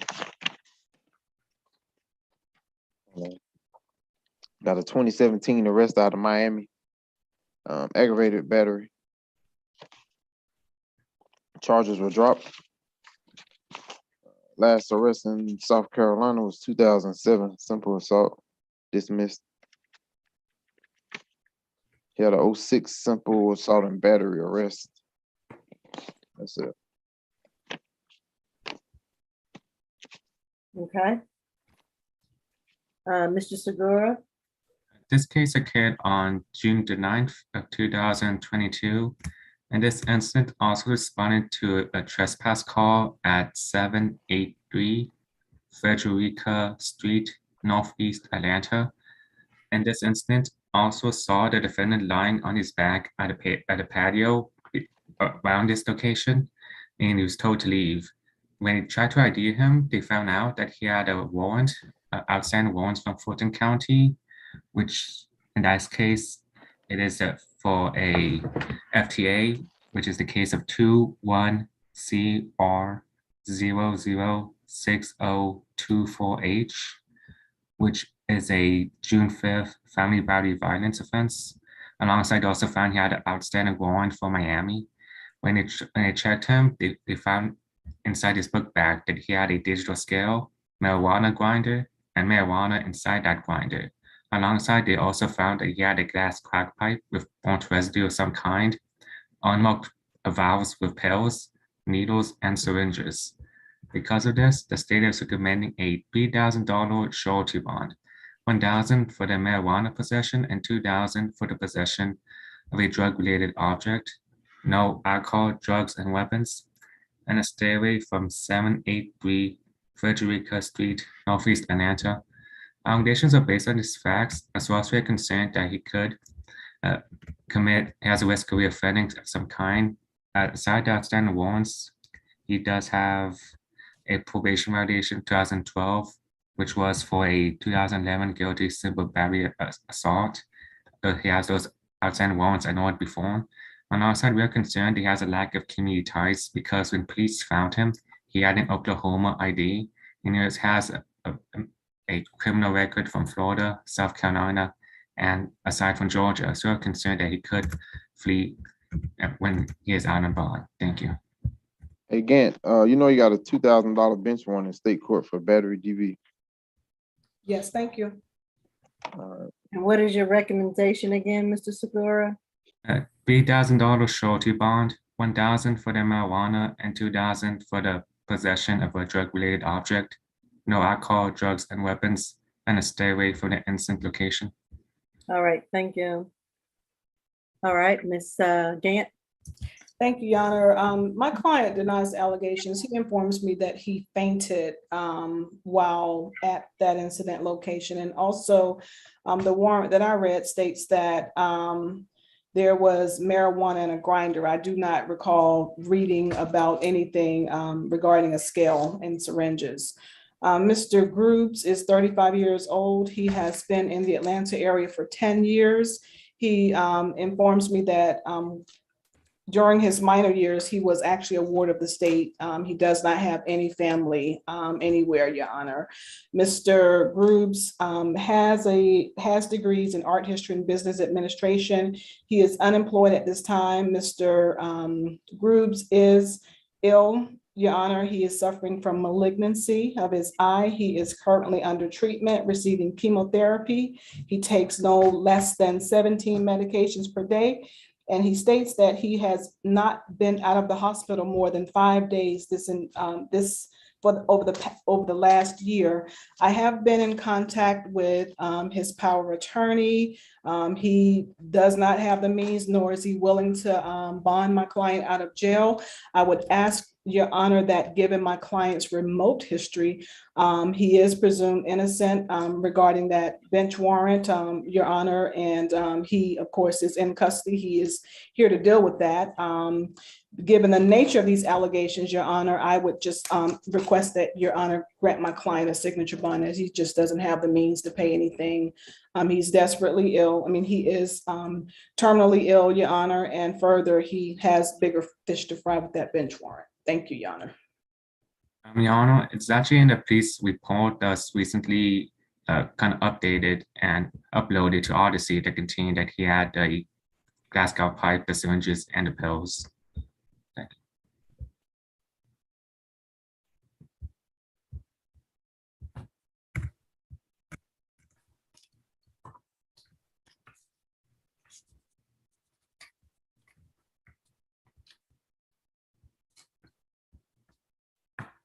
All right, I'm going to order a $2,000 surety bond, which would be $500 on the marijuana and $1,500 on the possession of the drug-related object for a total of $2,000.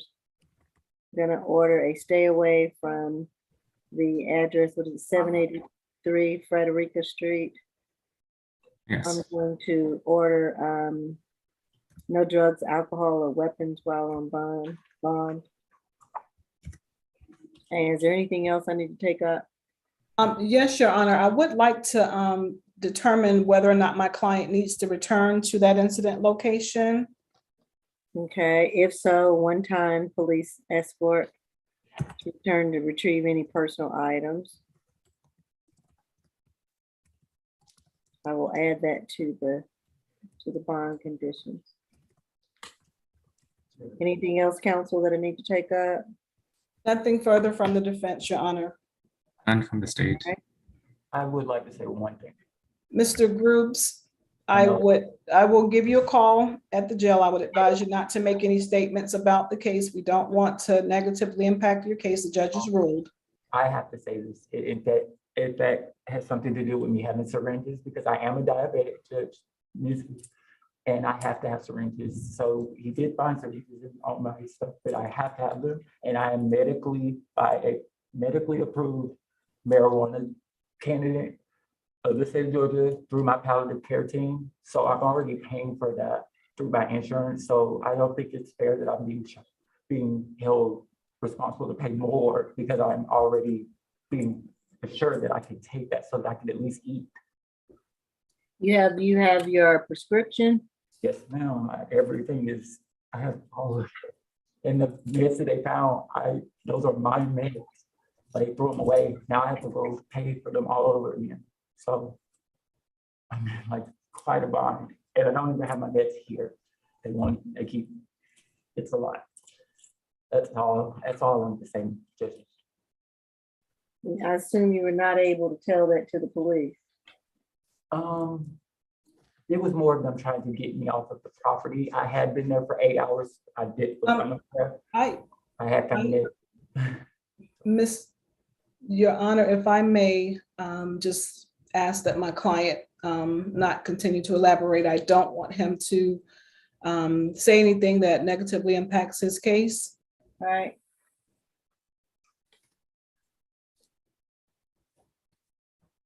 Excuse me, Judge Mancy, was that a good bond? Yes, I am thinking. I understand that from the allegations, he had fainted or passed out at this location. Who resides there? Do we know? May you inform the court who realized that he informed me that a tenant called the police, but I'm not sure who lives there. I actually live a block away from there. I was actually en route home from school as I'm still attending while I'm doing, and I fainted in there. I fainted in a backyard. Mr. Groups. Okay, that's it. I think you should hold on the rest. Thank you. My question was just making sure and wanting to know who resided there and whether you resided there. So you do not. Mhm. Okay. So there's no need for a one-time return then? Sounds like there's not. We can take that off, Ms. Lewis.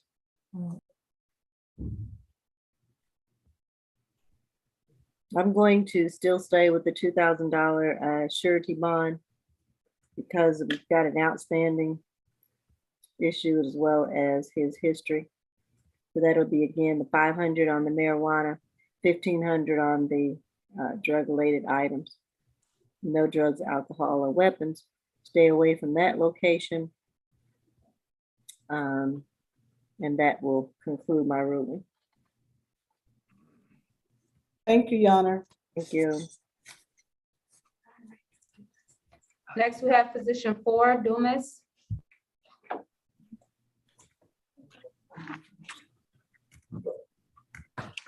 This is a first arrest. Okay. This is 22 CR 003645A.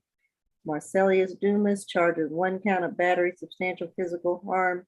Offense date February the 22nd, 2022. Mr. Segura. This occurred on February 22nd, 2022, in which the police officers made contact with a Mr. Keon Newell. Keon spelled K-E-I-O-N. Newell spelled N-E-W-E-L-L. And they met him at the instant location of the BioCliff Apartments, Summit Apartments, which is at 1050 Ponce de Leon Avenue, Northeast Atlanta. In this incident, he told the police that there was an altercation and that the defendant, with a closed fist, punched Mr. Newell in the face 4 times. And the end result was that he had a scratch above his eye and a bloody nose. Because of this, we're asking for a $5,000 surety bond, 1-day anger awareness, no alcohol, drugs, and weapons, a stay away from the BioCliff Summit Apartments, which is at 1050 Ponce de Leon Avenue, Northeast Atlanta, and no further contact with Keon Newell. Making these recommendations based on these facts, and also because we have concerns about the safety to Mr. Newell, since it was written in the report and the warrant that defendant Mr. Newell knew the defendant for 4 months, so we are concerned about the risk of danger to him, as they do seem to have some sort of relationship. Alongside, we attempted to make contact with Mr. Newell this morning, but we weren't able to. So based on that, we're also concerned about safety. Thank you. All right. Ms. Gant. Thank you, Your Honor. My client denies the allegations. He states that he does not know the complaining witness, Keon Newell. Further, he denies he doesn't know him. He denies being present at this incident location. Your Honor, Mr. Dumas is 21 years old. He has been in the Atlanta, Georgia area his entire life. He has a 3-year-old daughter. Mr. Dumas obtained a high school diploma. He also studied criminal justice for 1 year. Your Honor, at this time, he is unemployed. He stopped working at Amazon about 2 months ago, but he is slated to begin a new job at FedEx tomorrow. Therefore, he does not have the means to pay much or anything toward bond. Again, as I stated, my client strongly denies these allegations. Therefore, we are unopposed to the stay away. We are unopposed to the no contact order. I am requesting a signature bond as Mr. Dumas is qualified according to the report that I received for a signature bond, and he does not have any prior convictions of violence, Your Honor. Thank you. Okay. All right, I'm going to order the $5,000 signature bond through pretrial. 1-day anger awareness course. No drugs, alcohol, or weapons while on bond. I'm going to order a stay away from the 1050 Ponce de Leon Avenue. In order no further contact with Keon Newell. And I think, does that conclude everything? Nothing further from the defense, Your Honor. Thank you. All right. Yes. Thank you. You're next. Yeah. Position 10, Mr. Maxwell. Come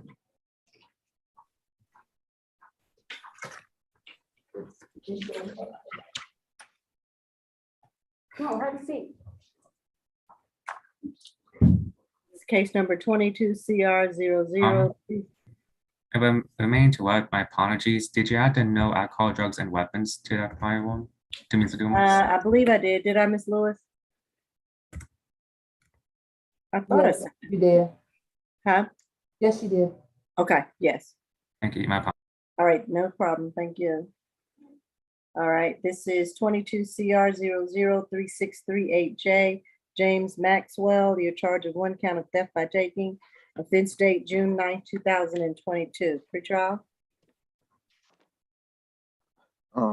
57 total. Got history out of New York, Tennessee, and Florida. He's on probation. 3 counts of entering auto with intent to commit theft for a felony. Out of Muskogee County. He does have a Muskogee hold.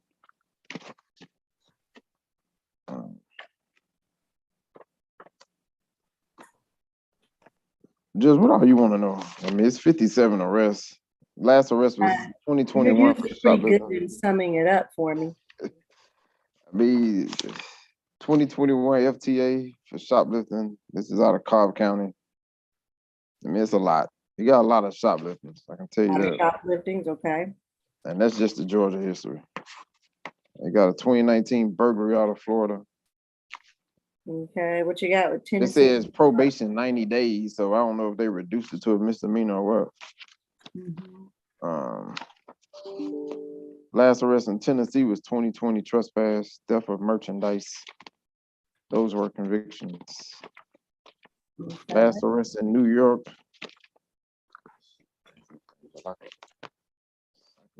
Hold on. 2019 petty larceny. That's all. All right, thank you. All right, Ms. Sorry. Yes, Your Honor. This incident took place at the R.A. Smith Asphalt Paving, Inc. Business located at 1500 Northwest Drive in Atlanta. Officers responded to this incident location regarding a theft call. Upon arrival, they met with the victim, whose name is Roy Smith. He stated that his home surveillance actually captured the defendant walking into his driveway, approaching his company vehicle, and stealing a weed blower and industrial sprayer.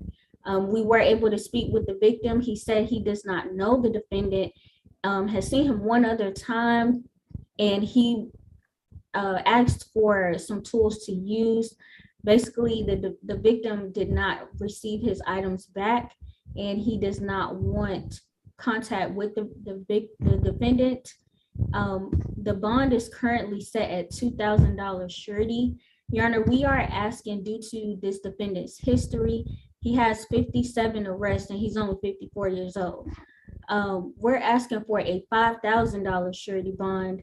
Again, no contact with the victim, stay away, and no drugs, alcohol, or weapons. I did want to point out specifically, he has 50 arrests in New York, and that dates back to the 80s.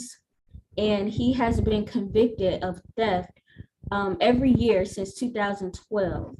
So, Your Honor, we are asking for that $5,000 surety bond due to the fact that he presents a significant risk of reoffending. Nothing further.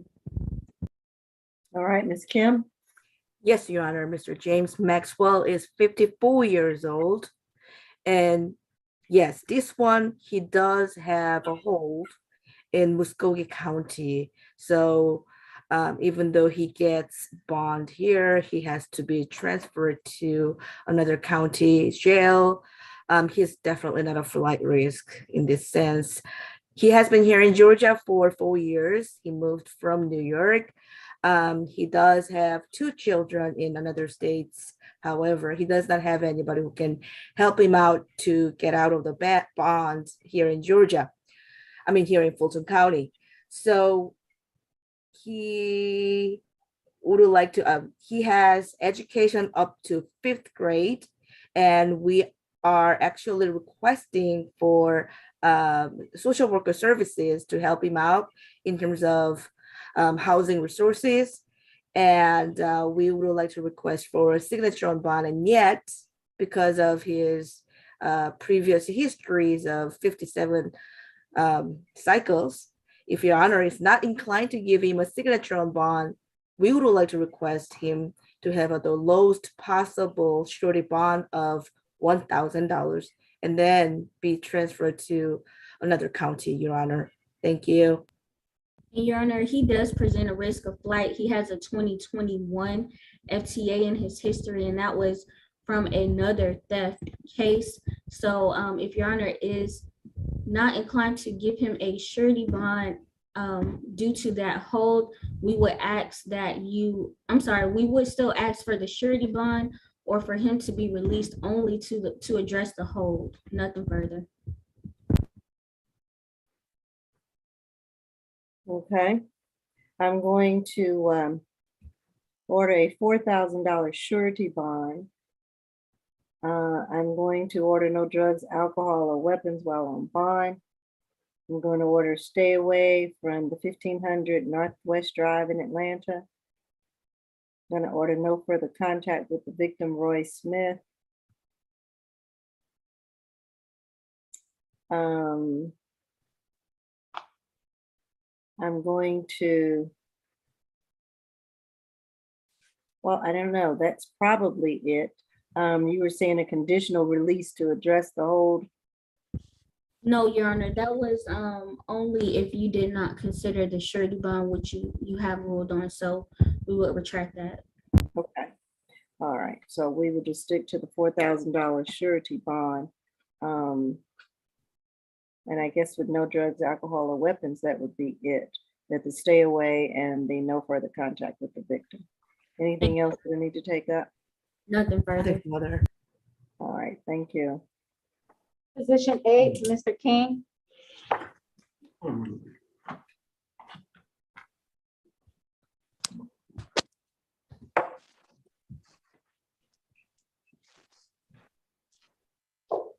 It's 22 CR 003649F.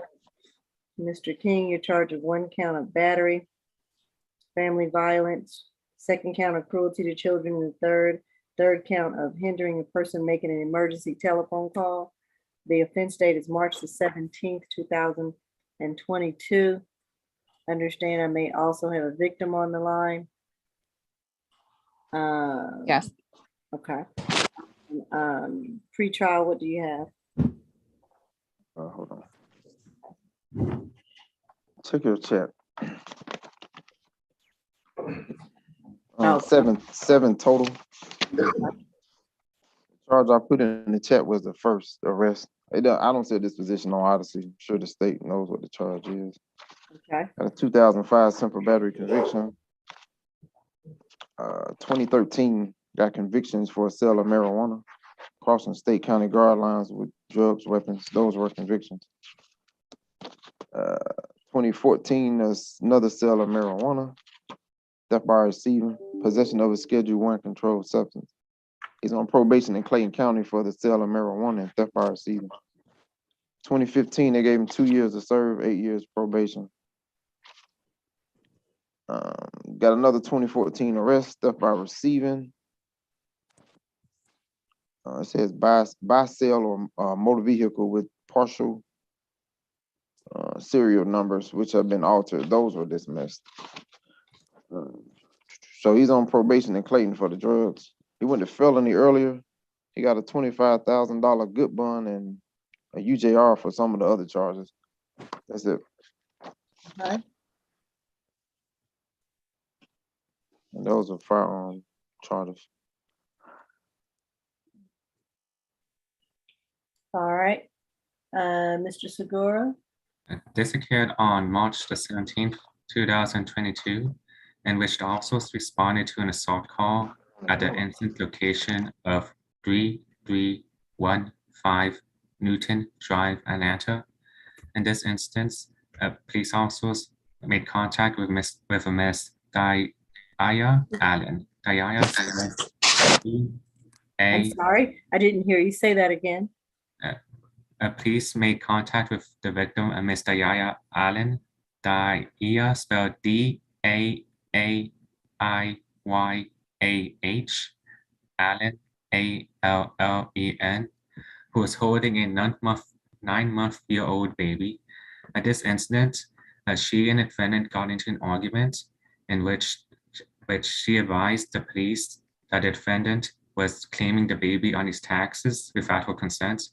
Eventually, this argument escalated in which he struck Miss Allen in the face with a closed fist, but she was holding her baby.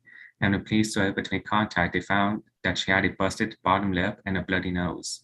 Alongside during this altercation, the defendant took both her phones, which prevented her from calling the police at that moment, and was only later able to do so. Because of this, the state is recommending a $7,000 surety bond, $5,000 for the family battery violence, $1,000 for the cruelty to children, and $1,000 for the hindering the emergency call. Alongside for the conditions, we were asking for 1-day anger awareness, no alcohol, drugs, and weapons, a stay away from the 3315 Newton Drive, Atlanta location, no further contact with Ms. Allen, and a third-party transfer of children. Recommendations are based on these facts. There's also special concerns that the victim is basically the parent of one of the children. We were able to make contact with Ms. Allen this morning, and she said that she does want to have contact, but still we noticed that relationships tend to be kind of tricky, and it's kind of expected that we should see some minimization. But even so, we should not. We still have great concerns about her safety, as the police noted she did have a busted and bottom lip and a bloody nose, and she did make a claim that the defendant took her phones when she was in the process of trying to call police. Alongside, we are concerned about the defendant making any type of criminal actions where he has out and bond, because as we noted, he does have mobile drug offenses, and even yesterday and this morning. Yesterday he was arrested for felony offenses, and even this morning he does have a $20,000 surety bond already. So those are our concerns. Thank you. Thank you. All right, Ms. Gant. Thank you, Your Honor. Mr. Stantavius King is 36 years old. He has been in the Atlanta, Georgia area his entire life. He has 6 children, Your Honor, 3 of which he shares with the complaining witness, Ms. Allen.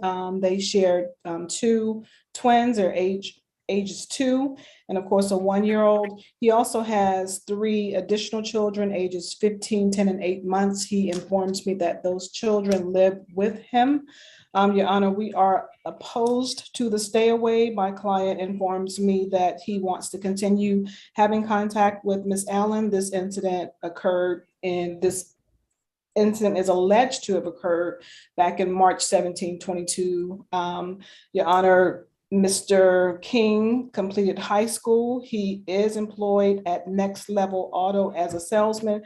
However, his salary is primarily commissions based, and he states that he has not been earning much money, given the economy, Your Honor. He denies the allegations, Your Honor. He states that he was attacked. She states that she scratched him in his face and arms and that he was trying to leave. I acknowledge my client's history. However, I did not hear about any recent convictions for violence. The simple battery was in 2005. That's well over 10 years ago. In light of my client's financial situation and the bond that he is facing, I am requesting a signature bond on Mr. King's behalf. And if Your Honor determines that he is ineligible, then the lowest bond possible, Your Honor, as he just doesn't have the means to pay much, if anything, toward bond. Again, we are opposed to the stay away. We would ask for a no violent contact order. We believe, Your Honor, that third-party transfer is not indicated if, in fact, Your Honor allows contact. Thank you, Your Honor. Okay. I'm going to order the $7,000 surety bond, $5,000 on the battery, $1,000 on the cruelty, and $1,000 on hindering the person making an emergency call. And let me say this, I apologize. I usually don't stop in the middle of my ruling, but I apologize. I stated to the victim that I would allow her to speak before my ruling. So Ms. Allen, do you want to address? Yes. And All right, Your please Honor, if raise- I may, Your Yes. Honor, if I may request that Ms. Allen limit her testimony to her wishes regarding contact. Your Honor, the ending of testimony is related to the Ayala factors of possible risk of offense and danger to home. Right, I will allow her with my liberty and direction to give the testimony that is appropriate for the Ayala factors. Ms. Allen, raise your right hand for me. Do you affirm that the testimony that you're about to give is the truth and nothing but the truth under the penalty of perjury? Yes. All right, and what would you like to tell me about this incident? I just wanted to say I did put my hands on him first. So not saying that it was okay for him to retaliate, but I did put my hands on him first. And he did try to stop the argument. At that time, I was already too angry. So he did also give me my phones back after things cooled down. I did try to call the officer and tell her, but she said it doesn't matter, that the charges were still going to stay there. He didn't hit my son. He basically, I pushed my son on the bed as the altercation was happening. Since then, we have not had any violence since then, and he's been really helping me out with the kids and everything. So I don't fear for my life or my kids' life when it comes to him. I just wanted to say that. All right, any cross-examination by either counsel? I want to make a couple questions, if I may. Okay. Miss Allen, so when you got into argument, you scratched him, right? Oh. Yeah. So, but then he also punched you as well? I can't say, honestly, at that time, I was really upset. I can't say that he close punched me, because I'm pretty sure if he did, I probably would have been way off worse. My face probably would have been way more messed up. So I can't say that he close fisted and punched me. So what kind of injuries did you receive again?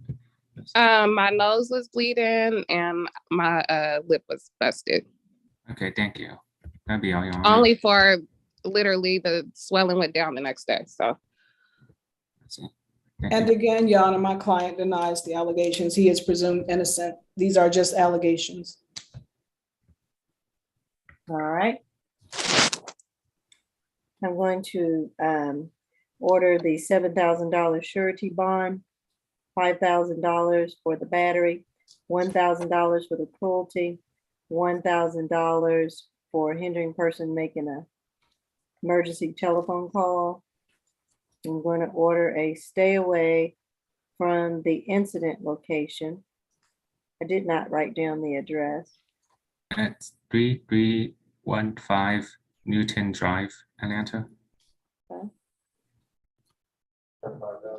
Mr. Mr.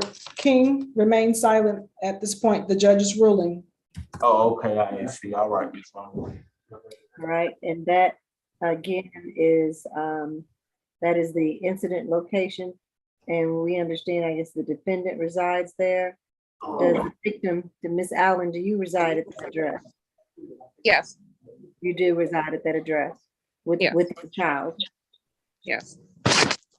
All right, and so Mr. King, you are ordered to stay away from that location, certainly as long as the victims, Miss Allen and her child reside there. You are not to go there or reside there. Mr. King, please remain silent. Yeah. If you get out on bond, you have to find somewhere else to stay. I'm going to order no drugs, alcohol, or weapons while on bond. And I'm going to, at the moment, order that there not be any visitation with this child. I think there needs to be more of something going on. I'm going to make sure that the child is safe as well. Your Honor, I guess I could not hear your complete commentary regarding contact with children. Yeah, I was saying that I don't want there to be any contact with the children at this point. I'm going to have him to stay away from the victim as well as her children and to have no further contact with them until further order of the court.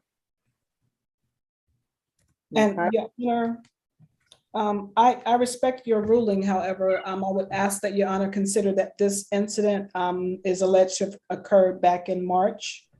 Mhm. And are you stating that from March to, I think he was arrested yesterday? Yes, Your Honor, unaware of the warrant. And we heard from from my client and of course the complaining witness that they have been in contact with each other, Your Honor, since then.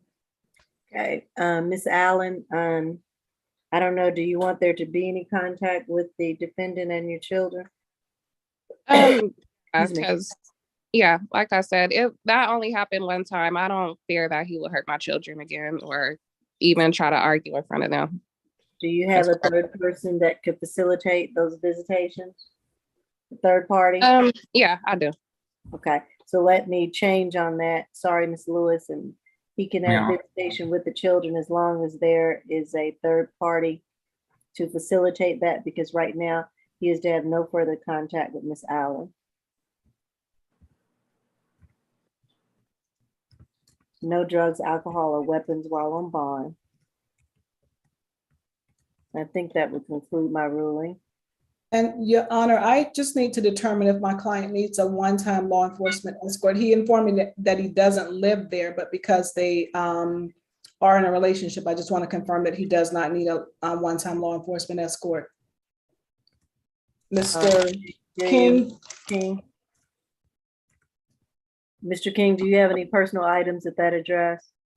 Yeah, I have a couple of shirts, shoes. Okay. I would kind of, yeah, I would kind Didn't of. ask you for a list. Didn't ask you for a list. That was just a yes or no. Oh, And if yeah, you do have some items there, I will order as part of this bond conditions that you can get a one-time law enforcement escort back to that property to retrieve some personal items. Do not go back on your own. If you do, you can be arrested, but you can request and contact law enforcement and they will arrange to go back with you to retrieve your personal items. All right? Okay, thank you. Thank you, Your Honor. Position 12, Simon.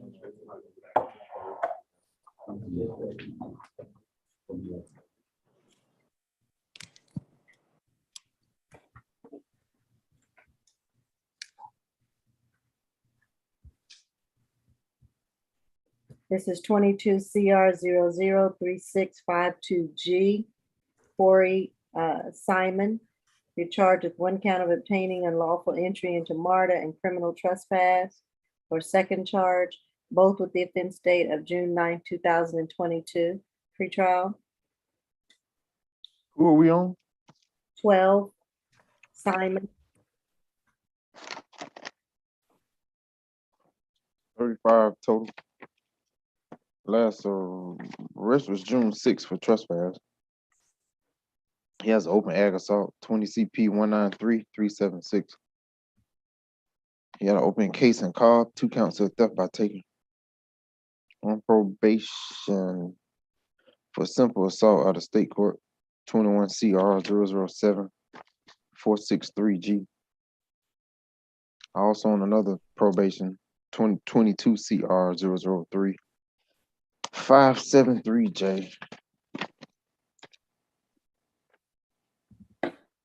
We got history. What is this? South Carolina? Yeah, he got history out of South Carolina. Got a 2019 assault and battery, 3rd degree. 2019 public drunk, open container. And a 2019 disorderly conduct that was dismissed. Burglary conviction, 2014. 2014 violation of court order of protection. Another 2014 violation of court order, that's a conviction. 2014 unlawful use of a telephone, that was a conviction as well. 2014 criminal domestic violence conviction, first offense.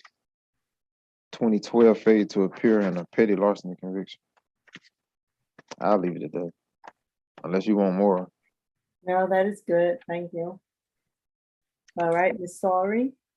Yes, Your Honor. I would just like the court to note that this defendant was before, I believe, Judge Morrow just 3 days ago for similar acts. We took a plea on that case, gave him time served, and here he is again, 3 days later or 2 days later with similar acts. He went to MARTA. The officers observed him pushing his way through a gate without paying the required fee. And he also was on the property when he had an active suspension. This location of MARTA was at 41 10th Street in Atlanta. So, Your Honor, due to that that case that we just pled out a couple of days ago, the open cases that we've heard from pretrial, his violent history back in 2020, 2021, the state is recommending a $2,000 surety bond. That's $1,000 on each charge with conditions of staying away from all MARTA property and no drugs, alcohol, or weapons. Nothing further. All right. Ms. Yes, Kim? Your Honor. Mr. Simon is 43 years old, and he would like to know if he has a job and he needs to have permit to use MARTA only for the work. And other than that, we do understand that his excuses, he didn't know that, he thought because of the plea, it was all over, and he did not know that he cannot go back to the MARTA. That was his excuse. And we would like to know if he can get stay away and yet exception for his work. Thank you, Your Honor. Your Honor, the state would heavily object to that condition. He has an active MARTA suspension. So MARTA doesn't want him on their properties. And we are asking for a stay away from all MARTA, as the couple of days ago was at a different location, and he's already suspended from a second MARTA location. So that's why we're asking for that stay away from all MARTA property. Nothing further. All right. I'm going to order the $2,000 surety bond, $1,000 on each charge. Stay away from all MARTA. No drugs, alcohol, or weapons while on bond. And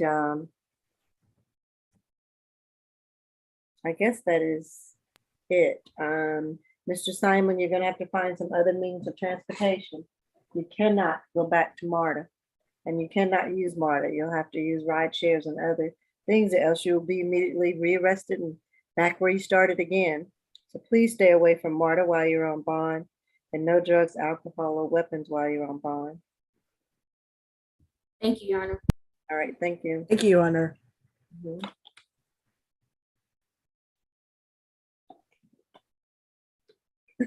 Mhm.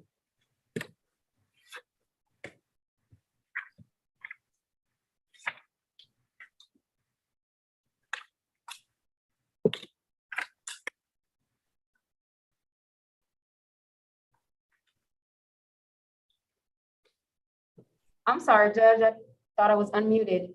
Position 7, husband. Okay. This is 22 CR 003648Y. Mr. Husband charged with 1 count of fare evasion and 1 count of obstruction of a law enforcement officer, both with the offense date of June 9th, 2022. Pre-trial. 50 total. Last arrest was May 2020. Failed to appear in probation violations. He's on probation. I'll put it in the chat for you. But the case number is 20 SC 176483. Okay. Hold on. The underlying charge with those probations is false imprisonment, ag assault. The underlying charge with the FTAs is trespass and simple battery. He has a 2020 arrest It's for what I'm gonna put in the chat for you. Okay. 2018 FTA for simple battery, probation violation, and what I'll put in the chat. 2018 trespass convictions, 2 counts, probation violations, FTAs, pretty much the same history. But that's all. But check the chat. Okay. All right. Mr. Segura. This occurred on June the 9th, 2022 at a model station at 680 Lee Street, Atlanta. In this incident, the defendant pushed through a tailgate at that model without paying. When police made contact, he was instructed to stop and put his back against the wall. At that point, the defendant attempted to flee. Then when he was trying to be arrested, he dropped his body weight in an effort to try to get out of the policeman's hold. Because of this, the state is recommending a $1,500 surety bond, $500 for the fare evasion, and $1,000 for the obstruction, no alcohol, drugs, and weapons, and a stay away from the MARTA station at the 680 Lee Street, Atlanta. Allegations are based on these facts, as well as special concerns that he has a risk of reoffending. As the trial has noted, he has multiple FTAs, the most recent in 2020, as well as a parole violation for 2020. Alongside, he also has an FTA from 2018. In 2017, he was also guilty of fleeing and trying to elude police, as well as a parole violation in 2015. So it basically shows he has a history of trying to elude police custody. Thank you, Your Honor. All right. And you want, you've requested a stay away from which MARTA, the Lee Street station or 680 Lee Street? Yes, that's one. Okay. All right. Ms. Gant? Thank you, Your Honor. My client denies the allegations, Your Honor, and with regard to the obstruction charge, my client informs me that he has a rod in his leg as a result of a gunshot wound. While he was being arrested, his leg buckled, which caused him to fall toward the ground. He stated that he tried to tell the officers, but that they were pulling on him. Your Honor, he also states that he has bruises from the arrest. Mr. Husband is 47 years old. He has been in the Atlanta, Georgia area his entire life. He is the proud father of 6 children, 3 of which are under age 18. They're ages 14, 15, and 16. His adult children are ages 19, 21, and 26. Mr. Husband completed the 12th grade. At this time, Your Honor, he is residentially challenged. He is employed at Life's Bistro. However, he is concerned that he may have lost that job because of his arrest. He was due at work yesterday as well as today. His aunt has tried to reach out to save or preserve his job. And lastly, Your Honor, he has only been in that position for the last month. He does not have the means to pay anything toward bond. His aunt also informed me that she doesn't have anything to contribute. I am requesting a signature bond based on the nature of the allegations, Your Honor, and I am opposed to a stay away at the incident location unless in fact that there is an active MARTA suspension. If Your Honor determines that he's ineligible for a signature bond, then I would ask for the lowest bond possible, as my client does not have the means to bond out. Thank you, Your Honor. All right. Do we know, Mr. Segura, if there's an active MARTA suspension right now? Do you know? At this point, we do not know. Okay.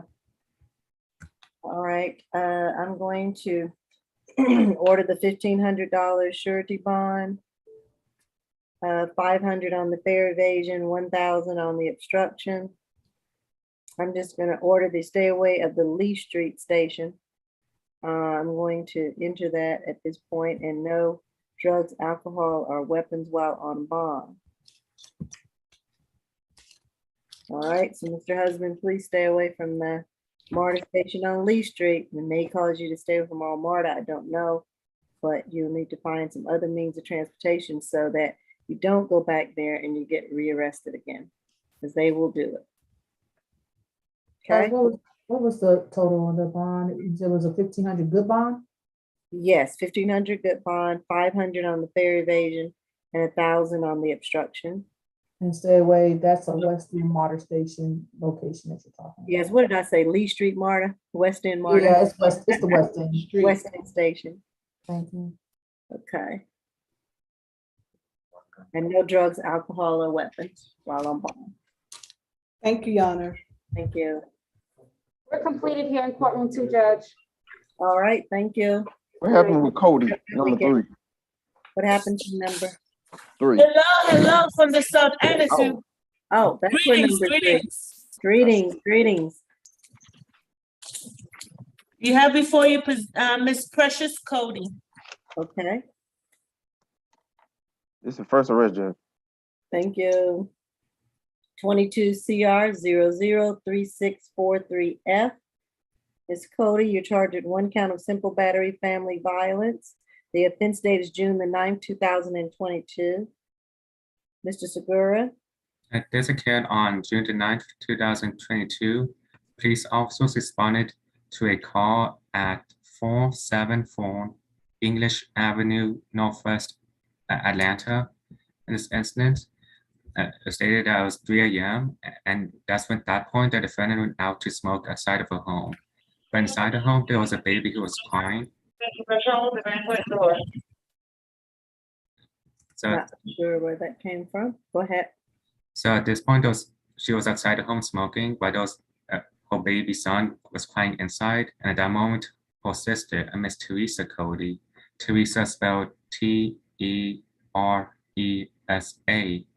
Cody, Cody, tending to him while the defendant was not there. At that point, the defendant found out what was going on and went inside the home to try to get to her child. At that point, that's when she met the victim, and Mr. Sean Cody, who is her father. Sean spelled SHAWN, Cody, common spelling.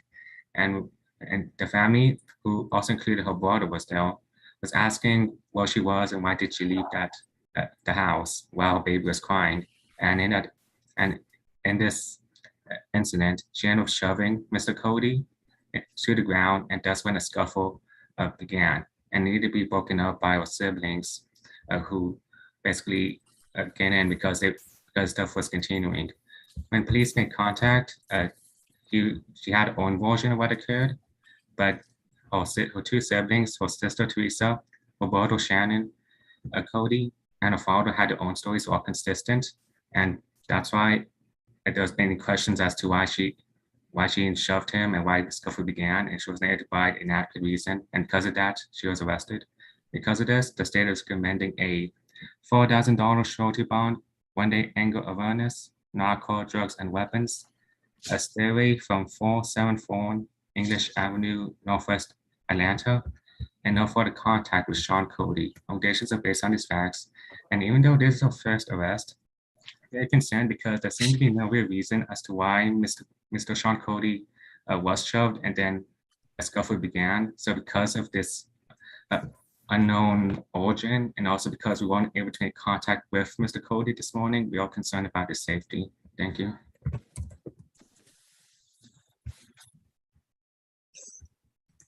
All right. All right, Ms. Gant. Thank you, Your Honor. My client strongly denies the allegations. She states that she was outside. She has a camera on her phone. She was able to see that her child, the 10-month-old son, that her child was crying. She was trying to get back into the home to get her son. She states that when she entered the home, she was shoved by her sister. She states that her father attacked her.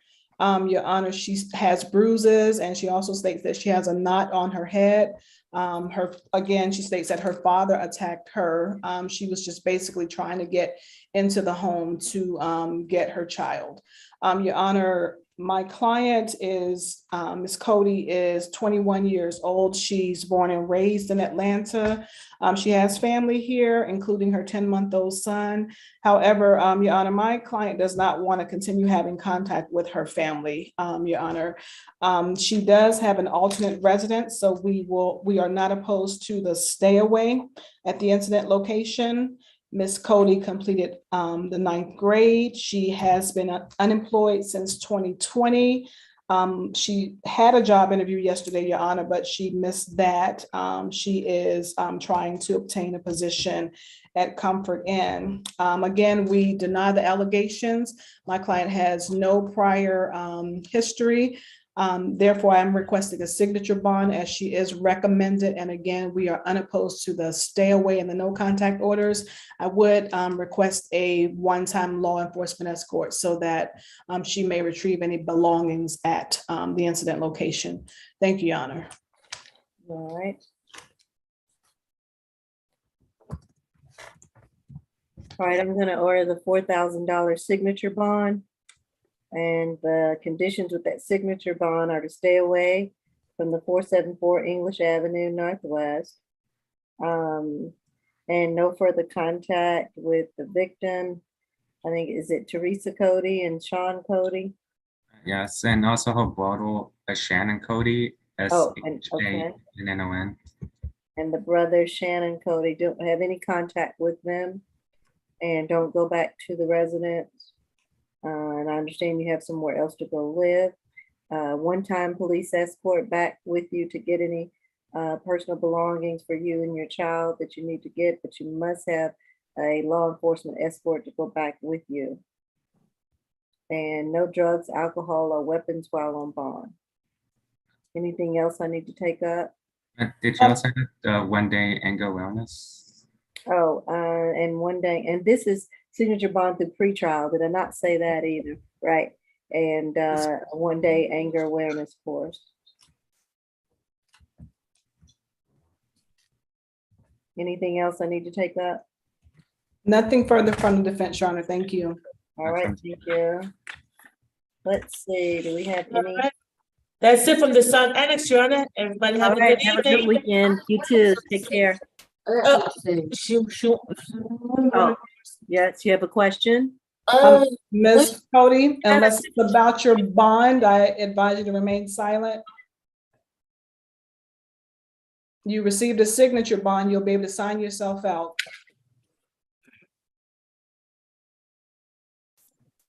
You have any other questions about your bond?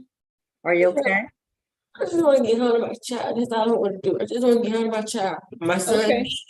Ms. Cody, I don't mean to interrupt you, but the judge has ruled in your favor. She basically gave you everything that you asked for. You did receive a signature bond. You can sign yourself out.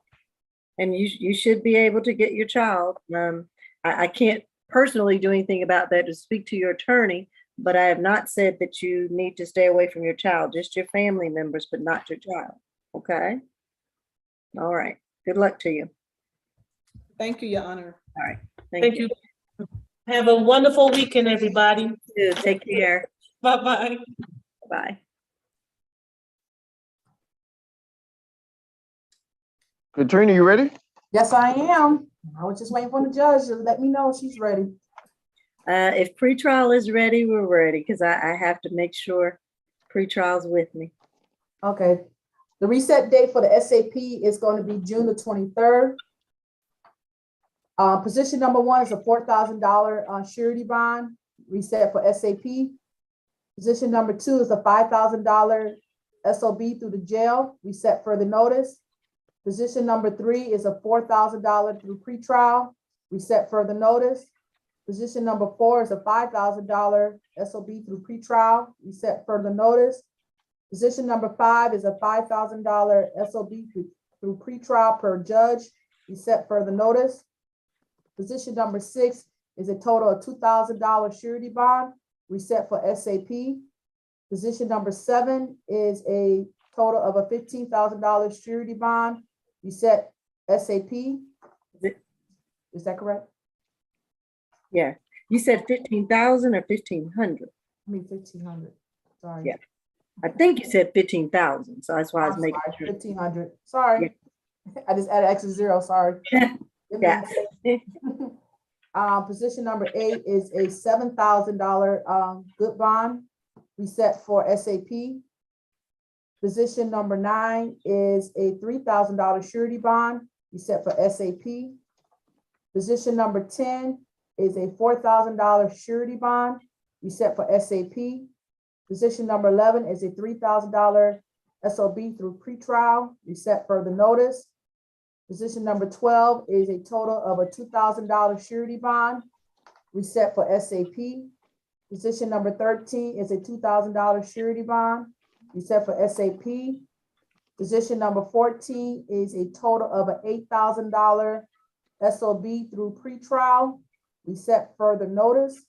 And position number 15 is a total of a $6,000 SOB through pretrial. We set further notice. Any questions or any concerns?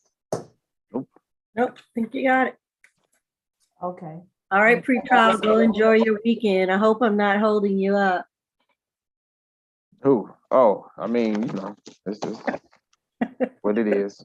It is what it is. We all Nah, I gotta get down to Henry County. Grandma turned 89 today, so we taking her out to eat. Oh, well, I hope you're paying for everything. I'm gonna pay for mine and hers. I ain't paying for everybody else. You're such a wonderful family member. That's fine.